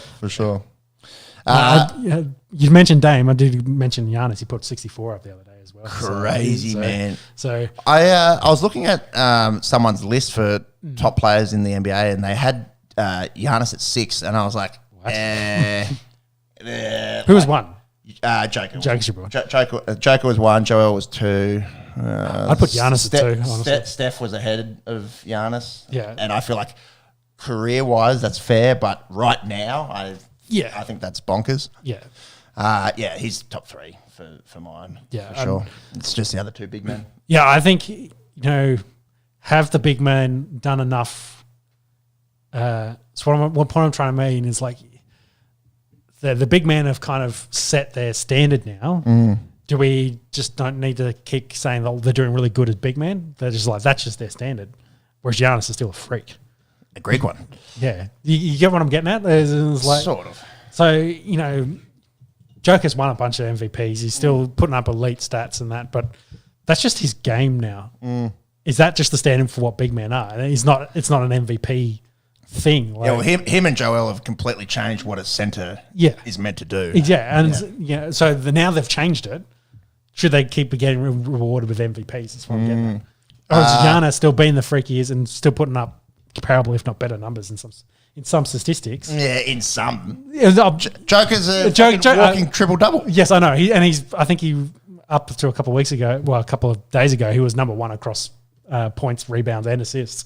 So, he's having his, MVP type season. Yeah, but I think if you just set yourself a ridiculously high standard, you can't have other people usurp you because you've set yourself such a high standard. True. I'm trying to find some MVP odds now off the back of that. It's probably early kind of odds. I think Joker's been out in front for a little bit. Yeah, and Luca's been awesome. So Joker at $2.90, Joel and Luca at 5s, and then Giannis at $8.50. SGA and Tyrese also having unbelievable seasons. 2 of the best point guards in the NBA, that's for sure. So, a few of the younger guys moving through when it comes to the one spot. We Paddy did say Curry to Cavs. Yeah, that'd be fun. Yep. Cavs. So Mobley went down. Darius Garland broke his jaw, I think. So I think Mobley's knee injury, looking at 2 months. Garland, a jaw's probably a month. That could be curtains. That's essentially their 2 best players. Yep. Cavs could be in hot water for the next little bit. We mentioned it before. We won't go into depth, but obviously some crazy allegations on Josh Giddey. With a bit of news, not a huge amount. Yeah, and it seems like the feeling that I get is that the family of the underage girl in question don't really want to press this. Yeah. It seems like she was in a nightclub. There's plausible deniability there for Josh already. It was a couple of years ago. It was a few years ago. Josh's rookie year. Yeah. It was only a small thing. It didn't really last. And she might not have been, shouldn't have been where she was potentially. Sounds like let's settle this outside of the court and the media frenzy. I suppose the problem is it doesn't matter what the family and she wants to do if there is if there's some sort of statutory element there. But NBA very good at keeping things concealed. He's playing hasn't really affected his play a whole lot. Yeah, so. There's been plenty of boos, of course. He was getting booed hard, wasn't he? Especially the first game. And then there's definitely been some interesting comments from NBA players on their podcasts, etc. So Pat Bev's one. They asked him about it, and his answer was, "I've got daughters." So that was kind of like his thoughts on it. So yeah. And then on court, that's going to cause a big point of contention, I imagine, for anyone. That has daughters. We have daughters. Yep. It's a long way away for us to worry about. But, it does change the way that you think. Oh, yeah. Yeah. Having said that, we don't know enough about it to really make much of a since our last party, there really hasn't been that much more news on the situation.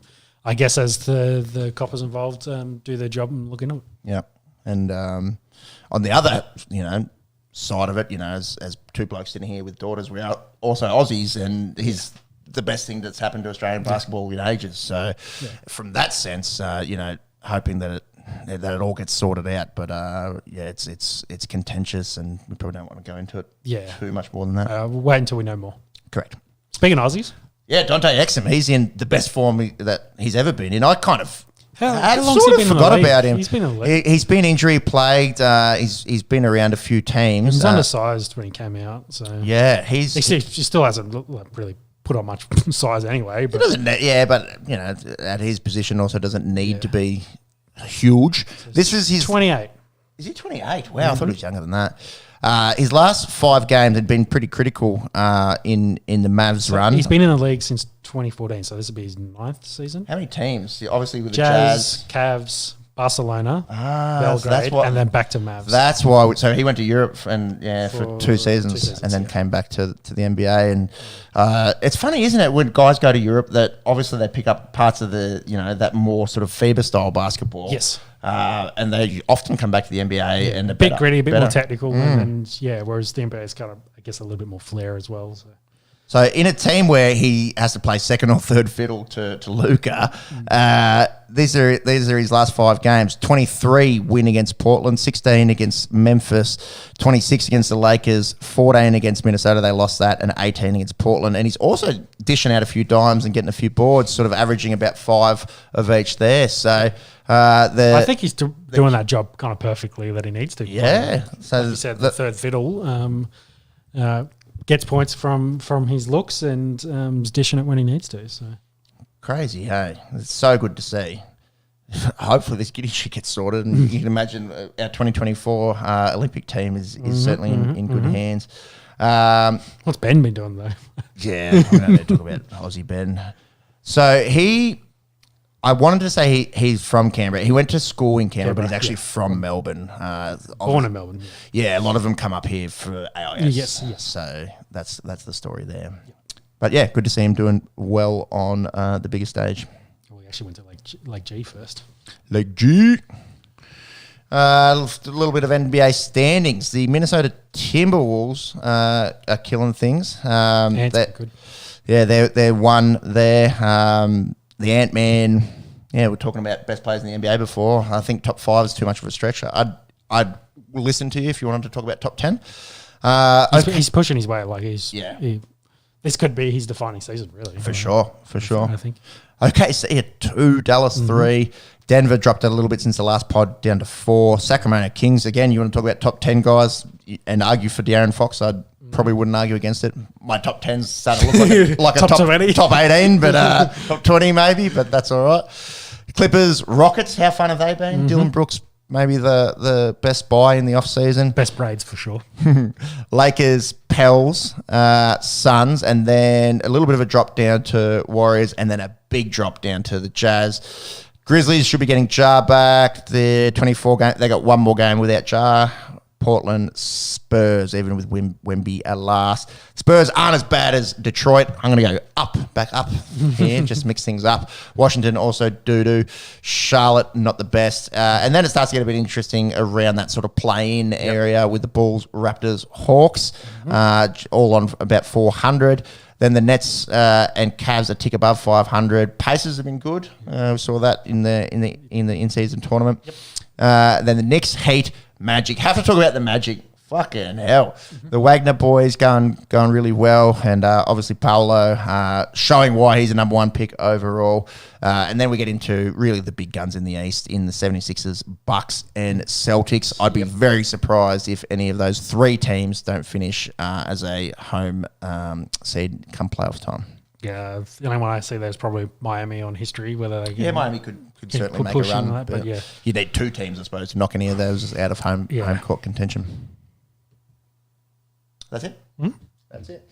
Let's talk some other round ball. Shaka.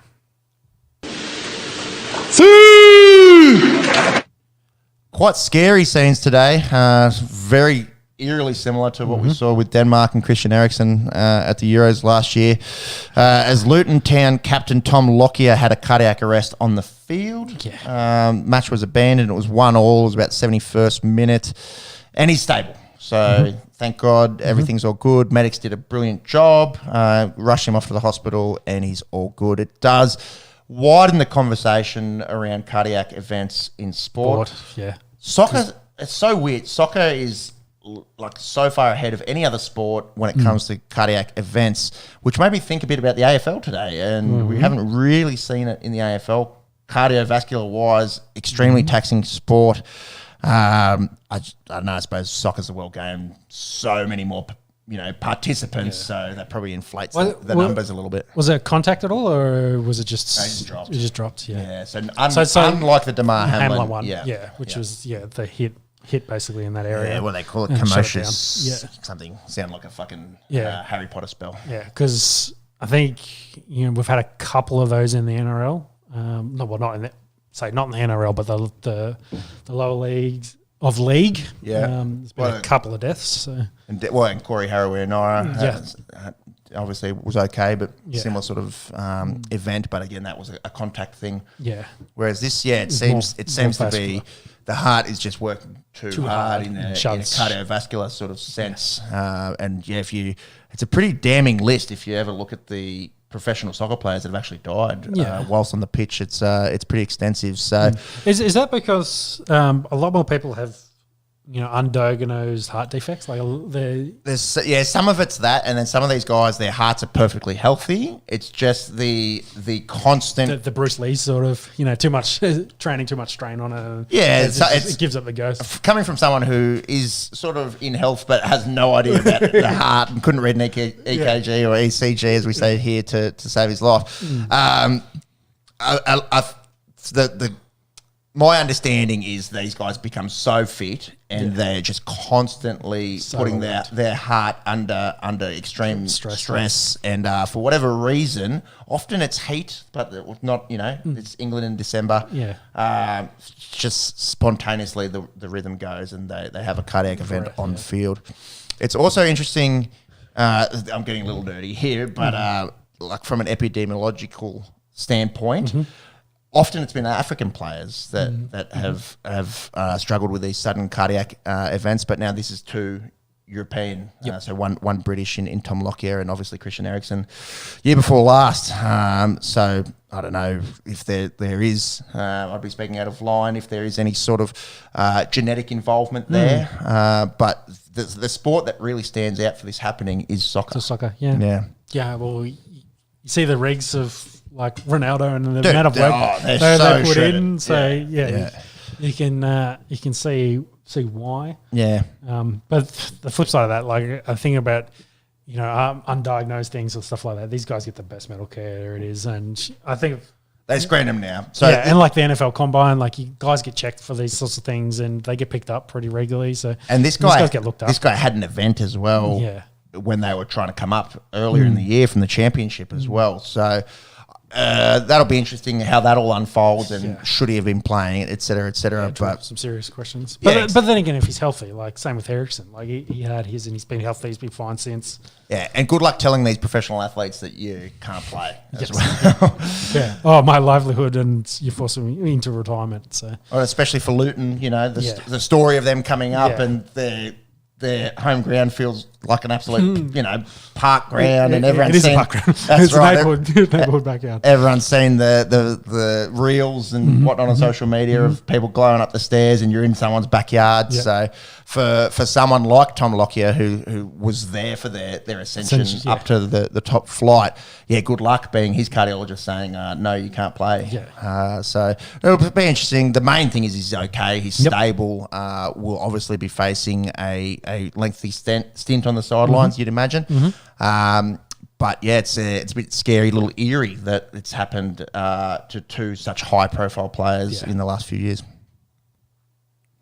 Man City struggling. As a United man, that's good to see, although United not much better. Just love, they're scoring fine. A lot of high-scoring draws. Just can't win. Yeah, they just can't.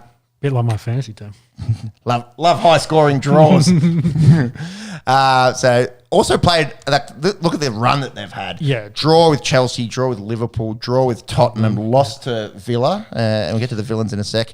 Beat Luton and drew overnight with Palace, and a pretty ordinary way to draw, 94th minute penalty. Erling Haaland's missed the last two. He's got some sort of foot stressy. I don't think he's going to be out too long, so that obviously affects things when, the most freakish marksman in all of world football misses a few games. Also, Rodri missed a few. He's been back for a few, so I think some of those he wasn't available. Yeah. But some chinks in the armour for Man City, and it makes it really interesting for the competition in general, especially over the last few years where it's essentially been Arsenal versus City and Liverpool versus City the year before. That top is really wide open. So Liverpool currently on 37. They play United overnight and beat them 7-0 last year. So they'll definitely be trying to emulate that. Arsenal looking pretty good with 36. The villains, how about it? 35. They've only lost 3 games. They've had 11 wins. They've knocked off some pretty quality teams.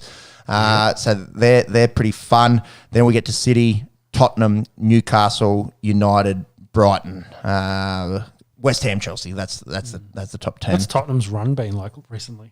Yeah, so they've actually had a bit of a slide as well. So remember the start of the year and how well Ange had started and Premier League, coach of the month and whatnot. So but not Forest. Yeah, they did have a few pretty bad injuries, I think, as well, which sort of sparked a little slide, but they haven't been bad.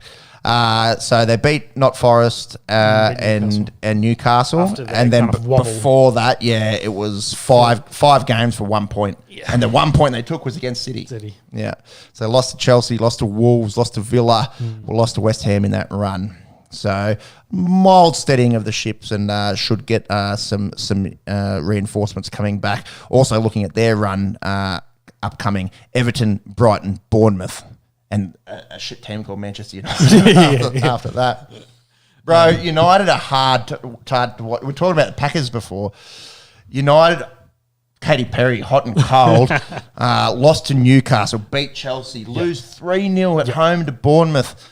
Onana looks like a park keeper at times. Like there's, you don't want to shit too much on guys that are professional athletes, but there's some of these keeping blunders where you're like, my goodness, like, You're the keeper for Manchester United. How are you letting these go through?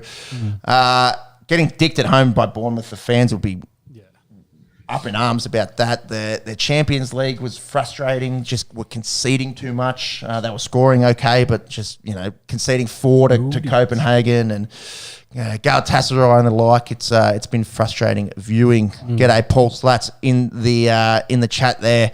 Up Mo Salah. He's fired up, and it'd be a big game tomorrow between the Reds and the Red Devils. I think United's about $8 to win that, which is obscene. I've seen some of the United fans there, how down they are at the moment. They've been talking about if VAR didn't exist, what their record would be.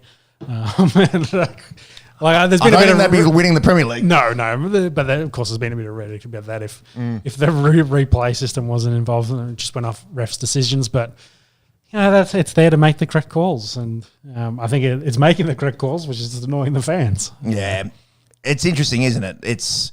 I think DRS has done cricket a reasonable service. Yep. We saw Smudger and his one that was just clipping the bails, and he was a bit upset about it. But I think sometimes I don't understand some of the umpires' calls. Like the LBWs and stuff like that, and you're just like, oh, come on, that shouldn't be out. Or it should be like the same thing. Exactly. It's like, we've got the technology, but we're still relying on an umpire's call. Yeah, some of the VAR stuff in soccer is fucking hard to watch. Yeah. The thing they have to get rid of is stopping the game and bringing it back 2 minutes to like there needs to be a rule. It's like I don't know. They're going to make decisions quicker. Rule, like it's 10 seconds or like once play resumes, you can't go back and look at something. Because it's the exact problem the NRL had with the bunker, and they kind of tried to move away from the bunker as much as possible, trying to get the bunker to do its job quicker, and then kind of behind the scenes.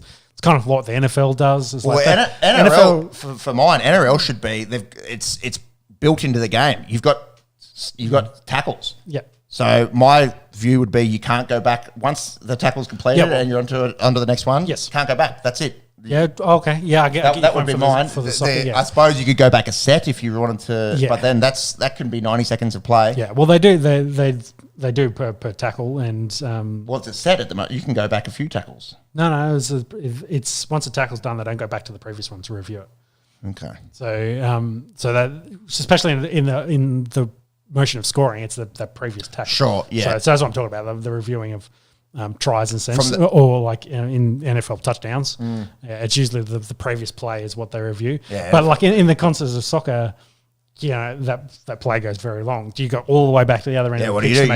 You could have 5 minutes where the ball doesn't go out. Yeah. Exactly. So there needs to be some sort of rule. Yeah. I don't know if it's a time thing where you can't go back X amount of time. Yeah. Because it's fucking frustrating. Yeah. And when they go back so far and like, we've found an offside here or a handball, 5 minutes ago, and then you're like, fuck, the game's moved on. That's right. It's like if you fuck up and your missus brings up something from 3 months ago and you're like, yes, you 12 years, bro. You are correct. You remember that one time you said I look big in that dress? You're just like, oh, for fuck's sake, the dress was terrible. But you're also like, yes, I am a piece of shit, and I do remember saying that, but I thought we'd moved on. I thought we'd moved on from that. But, they need to get something going. Yeah, And whether it's, 3 or 4 passes kind of thing, crossing a half, whatever, like something better than what they're doing. Everton doing well, given that they got docked the points. So had they not got docked the 10 points, they'd be on 26 points. They would be 8th. They would be just behind Manchester United. So doing very well. Yeah, should be safe considering those below them. So. Yeah, it's a long season, but they're 7 ahead of Luton in the drop zone. Yeah, I think at present. But I think the quality of their squad will make them safe. They'll probably end up still finishing kind of middle of the pack. Yes, but. Yeah, be well safe for the guys behind them, like Luton and Sheffield and Forest, etc. Correct. Champions League, the group stage finished up during the week. We just spoke about how garbage United were, so they don't even get to go lose in Europa League, so they're done. Bayern Munich, Copenhagen go through. That's who I'll be supporting in this. Arsenal, pretty good in their group. They go through with PSV. Real Madrid, the champions of the Champions League, historically didn't drop a game. They're looking pretty good. They go through with Napoli. Real last year, did Inter win it last year? No, City won. Oh, yeah, their first one. Yeah. Real Sociedad and Inter Milan going through, Atletico Madrid and Lazio, Borussia Dortmund and PSG. PSG nearly fucked up. They needed Borussia needed to beat them, and then AC Milan would have gone through. City as well, they top their group without losing a game. So whilst they've had a bit of a down month in the APL, looking very good in Champions League, and then Barcelona and Porto go through. Interesting little tidbit: 4 Spanish teams getting out. So maybe La Liga, the top end of La Liga, still the pinnacle of football. Now, Lewis, for soccer, let's talk a little bit of rugby league. It is off-season, but it's been a big couple of weeks in rugby league off-season chat. Viva Las Vegas. Viva Las Vegas. Who was on this halftime interview in the Vikes-Raiders game? I didn't see any of this. One, it was during the Vikes-Raiders game, which ended up being a 3-0 result. Yeah, I'm glad I didn't see any of this. Yeah, because it was a garbage Would have football rather game. gouge my eyes out. So no one probably saw this interview but the Australians. They were like, oh, that's interesting. So they had 4 Australian players over there. Aaron Woods, Bill Walters, Campbell Graham, and Spencer Lanu. Elite names there. Maybe outside of stretch, you know. Representing their 4 squads, of course, where they, makes more sense to send Reece Welch, DCE, Tedesco, and insert Panthers player. Sorry, not Panthers aren't there. Who did I miss? Broncos. I did Reece Welch for Brisbane. Well, Campbell Graham's all right. Campbell Graham's all right. Yeah, do you send Latrell? Yeah. Who else is a face of them? Cody Walker, maybe. Just saying, why isn't Russell Crowe as a name celebrity that's into NRL? Why isn't Russell Crowe doing this? Yeah, that's true. Yeah, to get a few of the Yanks in. Yeah, a little bit of gladiator cross reference. Yeah, because essentially Aaron Woods ends up being the face of NRL. He's pretty articulate of rugby league. Yeah. Probably for that reason. Yeah. I think they asked Campbell Graham a couple of questions and. It'd be very typical. I'm from Australia, mate, kind of thing, which we love, but probably a bit bogan to the Americans. So Aaron Woods, talked very well about the sport and what can you expect, from going to an NRL game. Then they showed a bit of his highlights, which were a bit meh, some average looking hit ups, which no fault of Aaron Woods. He has played for Australia and New South Wales. New South Wales was probably one of the best props in the game. Yeah, probably on the back end of his career now, though. I think that's a fair statement. As a bit of more of a role player there for Manly, but it's not the forefront of. Spectacular, you want to use the cell during a middle of an NFL game at halftime where you might have a couple million viewers, hopefully still sticking around. They might actually be interested. NRL though, for it to be that fucking clusterfuck that was that game. At least it was a Raiders game. It was a Las Vegas game, so you hopefully get people in Vegas fans, if there are any, to come along. Wonder what a ticket's going for, nosebleed. For this? I want it to be cheap. I don't know. Yeah, hopefully cheap. And I also wonder how many Aussies will just make it part of their America trips. Yeah. So, they're not the biggest faces, not the best kind of, representation for trying to show it. So, a little bit underwhelming for, Australian fans seeing what they're kind of trying to sell it over there for rugby league in America. Plus, all the references to rugby this, rugby that. Yeah, they really need to say league. It's a different sport. This sport's not dying in this country. Yeah. I think they should just largely forget about it. Just embrace rugby for now. It just is rugby. Yeah, and then just educate them union versus league in the future. The Yanks have struggled with soccer and football, so I don't think you're trying to teach them about rugby union, rugby league is worth the time. Just call it rugby for now. There's such an easy comparison. One's American football, one's Canadian football. One's awesome, one stinks. In my humble opinion. Yes. So, for now, just embrace it. And so then from that, so they did, that was a Thursday night game, I think. So then the next day they were, because they're in Vegas, they went to... I think that was a Thursday. Sunday morning. Raiders, I think it was a Sunday game, yeah. No one knows because no one watched it. No, it was Sunday. Because it was a Sunday late window game. Yeah, okay. So the following day, they then toured the UFC Performance Center, of course, trying to hype it up. The UFC Performance Center is, of course, in Vegas, hanging out with Forrest Griffin. He runs that. I didn't know that. Yeah, he's kind of... He semi-runs it, semi is their face. So he does all their promotional work in that spot. Getting a photo with Forrest Griffin's pretty good. And they've done a deal supposedly with the UFC to have access to the Performance Center as, I guess, their training facility for those 4 teams when they come across to Vegas, so they can work out there, etc. For those games. So, interesting, and another kind of trying a combination of like for like, tough sports, etc. Trying to generate a bit of hype and a bit of interest. Also, supposedly, I'm not sure when the combine's going to happen, but they're going to do an NRL combine as well in America. I love this idea. Yeah, and they said they're going to give out 4 contracts, NRL contracts. But they should make this a TV show because I'd watch it. Yeah, well, like they did. What was that one they did here where they got the NRL guys, the fringe guys? Yeah.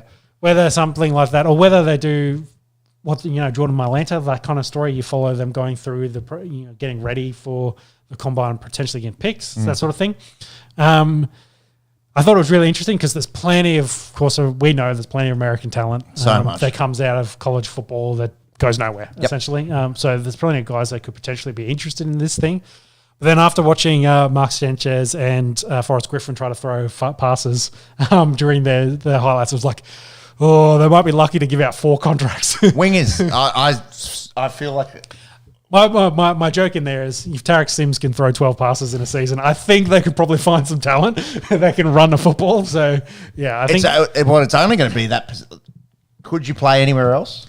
I think, yeah. I think you have to be an outside back, maybe a centre. Yeah, and second row, I think. Yeah. With guys that probably aren't going to pass the ball much. Dudes that can hit. I see even second row, it's hard to teach, running angles, the tackling technique of it all. But I think they're going to have so many guys that size. Yeah, the size, yeah. So I think for volume, they're the positions because you're going to have linebackers, tight ends, like maybe some linemen. I think they're too big, man. Well, I think, those guys, because the linebackers these days are kind of 6'2", anywhere from 200 to 240, 250. Inside guys, yeah. Yeah, I feel like they can kind of fit into... Which is like a prop. Yeah. I feel like they, again, probably cut a little bit, fit in at the 100 kgs kind of market, 225, play second row. I think that, and then like you said, centre and wingers is probably, which is running back, wide receivers. That's the only position that I could see feasibly being able to teach someone because you just have to catch and run, and finish. And I think there's plenty of guys that kind of fit that mode. Probably throw in some, your safeties or your corners, etc. that have that body type. They're the kind of positions they play. I don't think we're going to find the next halfback and I don't think Nathan Cleary's going to come out of it. But, not this year. Maybe if this works and in 10, 20 years' time, they may find some talent. Because the idea's been there for ages, and it is what you alluded to. The best athletes in the world, only 2% of guys that play Div 1 college go to the NFL. And then that 2%, their average career is, like 2 years or something? Yeah, it's now to 2.5 years, yeah. So there's a huge athletic talent pool, which, blokes just go on to become car salesmen. There's nothing wrong with that. True.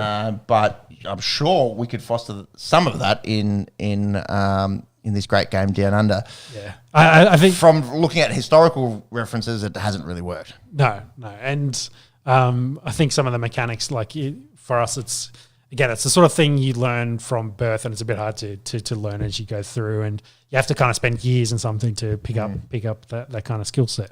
But take someone, again, use the comparison, Jordan Mailata, never played NFL, never played gridiron in his life, went over there, had the talent, they've taught him over 2 to 3 years, and he's now, top 3, top 5 kind of left tackle. So, investment, do the time. If they've got elite talent, which they will be, they'll probably have guys that will outrun anyone in the NRL available. When did he go? When did Jordan go? Age 19? No, he was older than that, I'm sure. I don't think he was much older than that because I think he was playing South under 20s. I think he played in the 20s team, and then I think they pretty much told him, you're too big. In the off-season, they told him to lose 20 kilos, and he was just like, I can't. I think I'm a good weight now. Yeah. He was actually really good on the Kels podcast last week. Heights, because they got him on to talk a little bit about rugby league, and he's a tush push, a scrum thing from rugby, and he's like, no, it's not even close. Yeah, right. If you've seen a rugby scrum, it's different how they interlock. That's sick that Lee's getting a little shout out on that podcast. So he's 26, got drafted in 2018. Yeah, so he was 5 years, 21. 21. So how much college ball did he play? I don't think he played any. No, he played college, didn't he? Scroll up, you'll be able to see. No, NFL rugby. No, there's nothing. No college. Like he never played it. He went over. Crazy. He went over. He was purely size. So, so he finished in 2018 playing for Souths, and then went over, did the program, and got drafted. So 5 years ago. So he's 26 now. So he's 21. Yeah. 21 when he went. Yeah. Incredible. Yeah. So same sort of theory. If you got a guy coming out of college, probably around that 21, 22 mark, bring him over 3-4 years. Hopefully they've learned the skill set. 25, 26. Maybe they're a starter for you. So, yeah, I think the athletic talent will be significantly higher than say at some of the positions that potentially we could get here, especially for run and agility. But the technical side of it's going to be the hardest part to learn. But that's always the case. But you get those genetic freaks. You come over, you teach them. So one bloke, you can chuck him on the wing for your Brisbane Broncos. Yep. Who are you going? Oh, at the moment. From the NFL. Who's the best leaper at the moment? Oh, for finishing. Yeah, if you think about Cortland Sutton, just using a Denver guy I can think of, for a guy that's one-handed, catches to kind of finish things like in the end zone.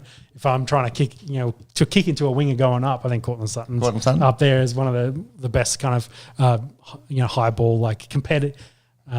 What's the thing they call it? It's not competition. It's not competing. What do they call that when the ball there's an actual term they call it.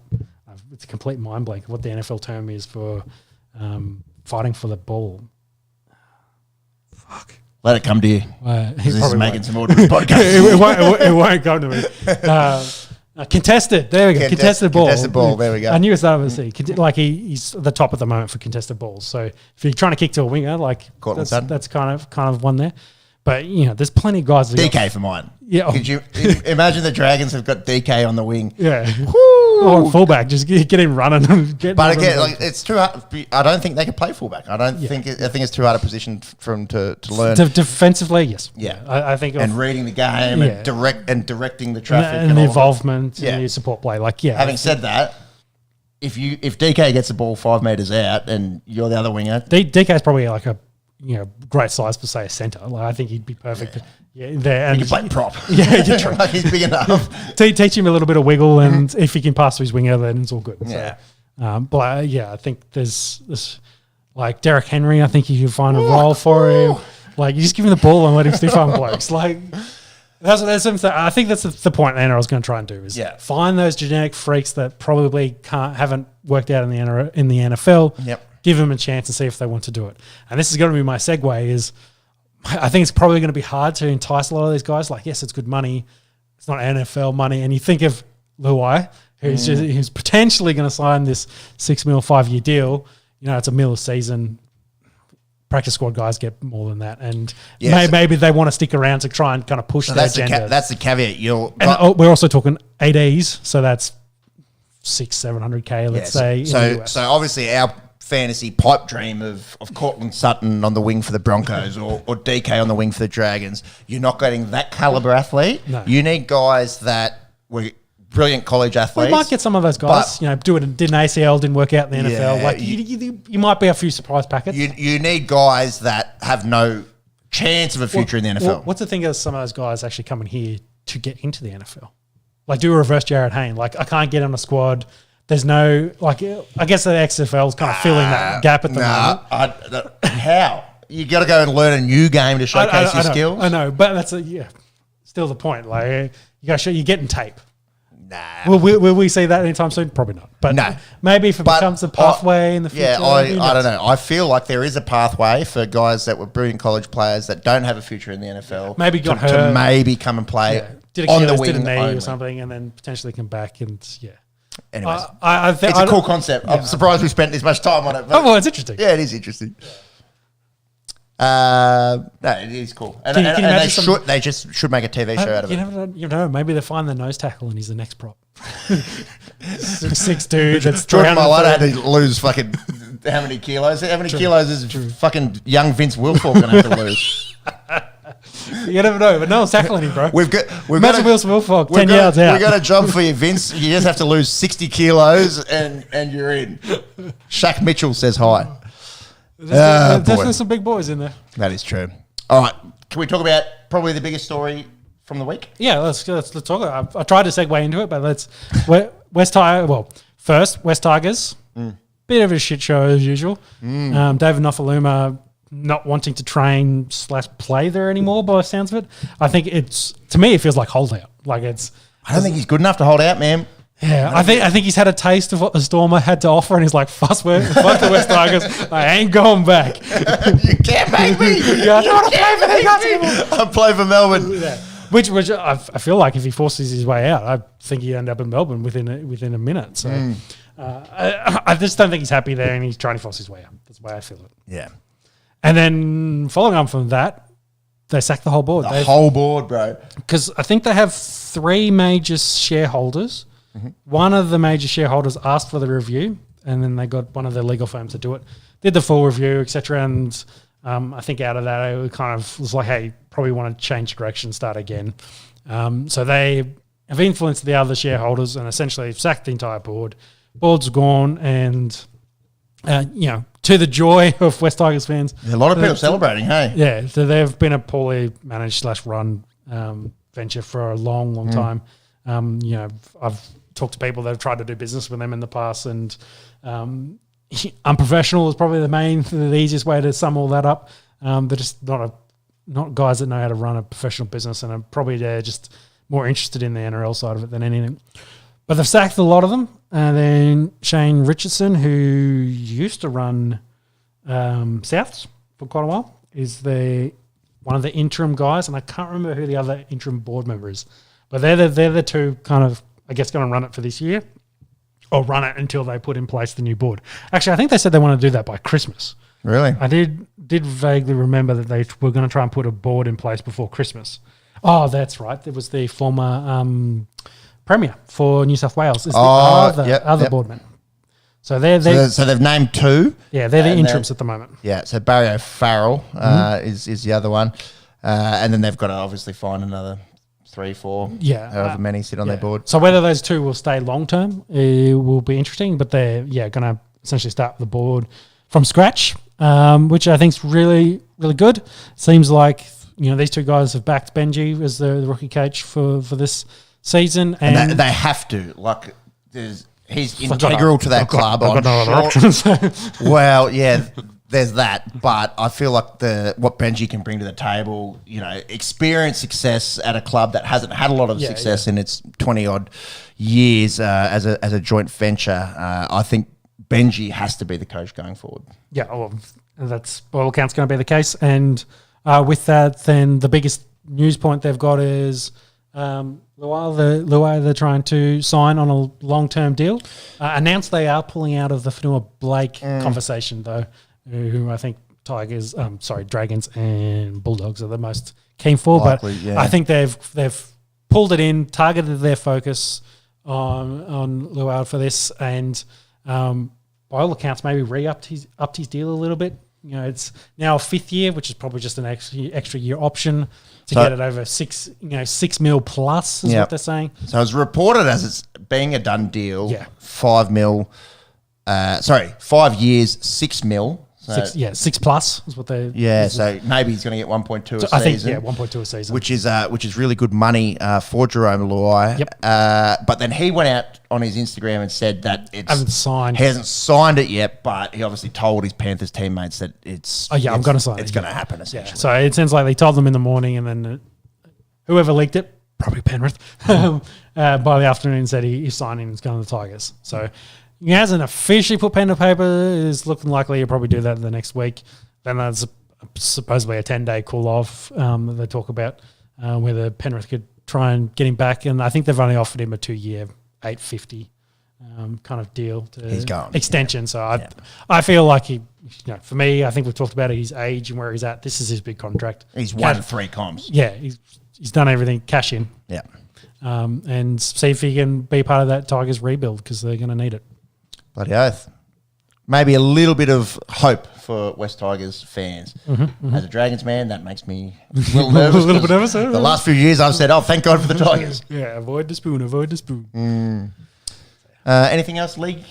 No, otherwise, pretty quiet. I think most of them had their early boot camps, and then they of course break for Christmas, and then they'll get back into off-season training in the new year. It's cool with the advent of social media, and you see more and more each year how much goes into an NRL preseason. Yeah. My God, they looked tough. All right, let's wrap this up with a final round. Ding, ding. Pretty good card, or UFC 296 happened today. Good card, kind of boring fights. Would you agree? Yeah. Where do you want to start? Do you want to start at the top? Yeah, start at the top. I only caught the last three of this today. So we'll start with Leon Edwards defeating Colby Covington. Unanimous decision. All judges scored at 49-46.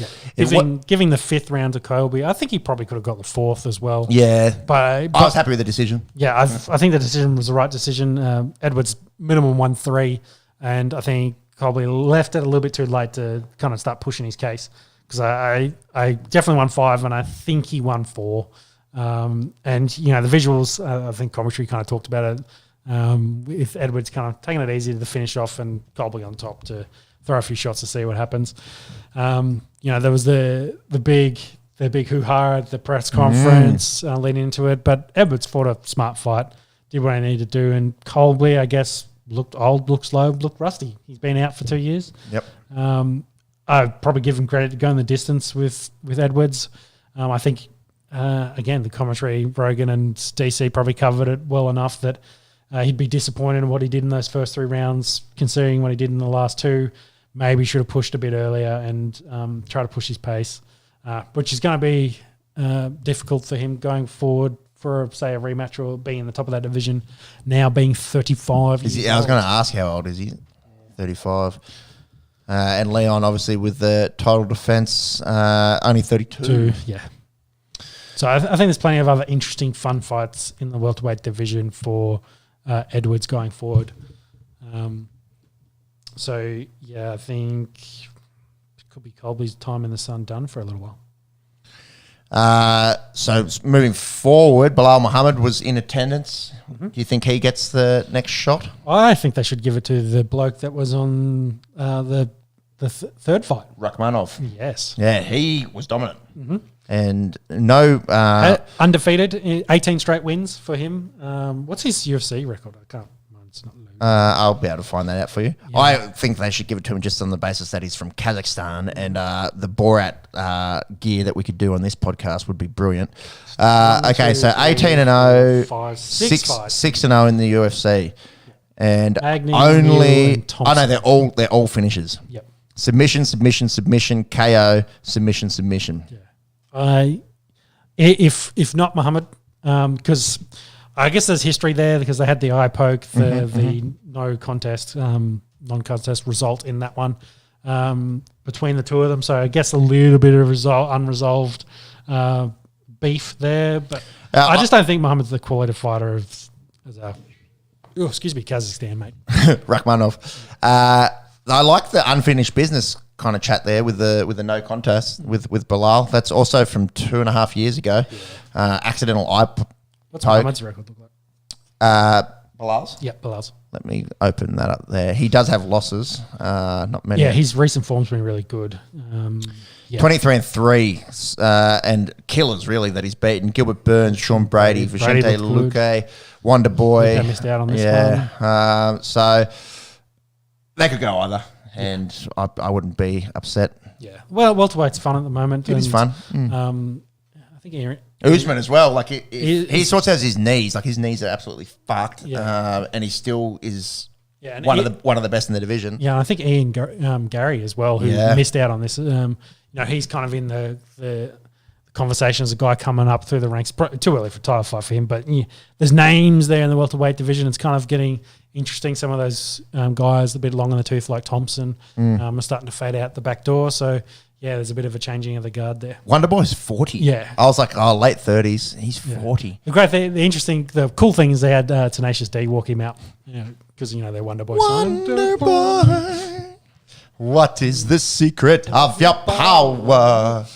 You can delete that one from the Beautiful. from the pod. The harmony there was excellent. Thank you. So Leon wins, probably gets Muhammad or Rakhmonov I think upcoming. so. You had the rankings there. Is there anyone else floating around? Usman, I suppose, is the only other. Yeah, they're not going to run that back after the wins there. Colby, Gilbert Burns. Gilbert's just been booked, so they just announced a whole bunch of fights as well. So you tell me who Burns is fighting. After that, I think you can put a line through everyone because Wonderboy just lost, and I don't think Sean Brady just had a good big win, but I don't. I think they're too low in the rankings. Yeah, he's not in the conversation. Yeah, exactly. Ian Gary's ranked 10, so he probably needs one more big win, you'd think. They're kind of fast-tracking him a little bit, but yes, he needs some wins. Wonder Boy. Oh, that's why I remember. Gilbert Burns against our lad, Jack Della Maddalena. Maddalena, yeah. That's fun. Yeah. And he's ranked 11. They rebooked Gary against Jeffrey Neal as well. Okay, that's fun. Neal is 8. So, Yep. So that kind of fits well for them. Good division at present, old welterweight. Yeah, it's a bit fun.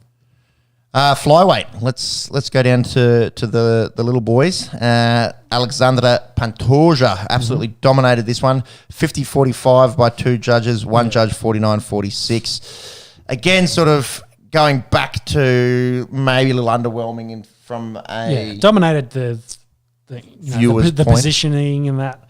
How do you say Brandon's last name? Royval. He, I think, had the better of the exchanges on the feet, and especially late in the fight, as Alexandra got kind of a bit more tired. That's kind of why I saw that fight. There was some shots there, but he was just so dominant throughout the rest of it. So, well-deserved winner there.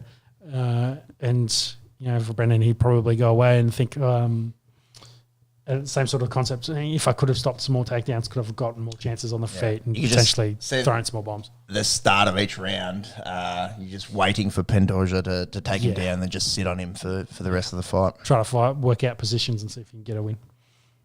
Rakhmonov, we just spoke about, looked very good against Wonderboy. Wouldn't be mad if he got a title shot. Paddy Pimblett, the UFC's one of their most marketable men, had a pretty convincing win against Tony Ferguson. Did Tony leave the gloves in the octagon? I don't think so. Jeez, no, man. But yeah, he was dominated essentially in this one. 1, 2, 3, 4, 5, 7 6, losses in a row. 7 losses in a row, albeit all killers. Yeah. I feel like each time he loses, we're like, is that it for Tony Ferguson? And I think Paddy said in the press conference, he's still good, but he probably doesn't need a top 10 dude. He can have some fun fights, but whether Tony needs that anymore, I don't know. The bloke's again nearly 40. He's achieved a lot. Yeah. It's hard watching him get knocked out and bashed. And, he went the distance in this one. He did get knocked down in the first, but I think he was outstruck 124-60, something like. Yeah, he got bashed and hasn't really been the same since that face kick from Michael Chandler, which I think doing the ACL probably didn't help. Leading up to his Khabib fight is probably the start of the downfall for him, unfortunately. He was training with Goggins, wasn't he, in the lead up to this? Yes, fairly sure. Yeah, the ex-Navy SEAL. Yeah. Stay hard. Yes, yeah. Who's going to carry the boats? That guy. Yeah, I feel like he should retire. But again, it's like talking about soccer players before and telling guys that all they know is their sport and their passion. It's hard to tell them to hang them up. Yeah. Josh Emmett knocked out Bryce Mitchell in the first round at featherweight. That was a bit of fun. Yeah, it was a bit scary. It was one-punch knockout for Mitchell, and he went face down, and then had a seizure. Basically, straight I didn't know he had a seizure. Yeah, he was full convulsing on the go, badly. That's not fun, bro. Take back the because did they do him dirty? Because they showed Josh celebrating, and then Rogan on commentaries is he's seizing. Cut the camera straight to him, and he's there just failing. I was maybe he shouldn't have done that, but so not some great visuals there. No. He was in all sorts, and they struggled to get him out of the arena a little bit. He was a bit banged up, which is a bit of a coming down for him because he was on the charge, and Josh is kind of a bit of a gatekeeper in that division. So 30 out himself, Josh Emmett. His only loss, Bryce Mitchell's, was to Ilya Tapura, who Volk is fighting next. Yeah. He's a bit of a character as well. Bryce Mitchell loves to play the redneck character. I feel like a fair bit of it is character. Yeah. And then the only other interesting one I think was Kobe Garbrandt, on the bantamweight. Finally got a knockout, and he didn't get knocked out himself on the prelims. So he can be around and have some fun fights. Former champion. He's actually on a 2-fight win streak after all that, but yeah. He was 5 out of 6 losses before that, including Kaikara France and Rob Font and double Dillashaws. And plenty of knockout. Yeah. Got one back, decision, knocked out. Not a good run there for Cody Garbrandt. But, maybe he's, again, another guy that can kind of hang around and have some fun fights. I also don't think he's super old. I was just about to say, I don't think he's that old. He's 32. Yeah. He's certainly got a few left in him, old no love. Mm-hmm. So I think they've just announced UFC 300's April 13th, no fights. Mm-hmm. They did announce UFC 299, I think. Which is Sean O'Malley and Chico Vera. 298 was Volk Tapura. And where is that Volk fight? 298. That's going to tell me on this. I'll be able to find it. Doesn't tell me currently where that is. Anaheim, California. LA. And then, of course, I guess the final bit of news from this card, 297 being Strickland versus not Faf, Duplessis. Dreykus. Dreykus, DDP, they got into a fight cage side, I guess, for this. UFC had seeded them two rows apart, and they had their press conference yesterday. Gilbert Burns' family in between it? Yeah, well, Gilbert Burns, yes. And the visual's funny because Sean Strickland tells them, can you just move aside? His wife and his kid.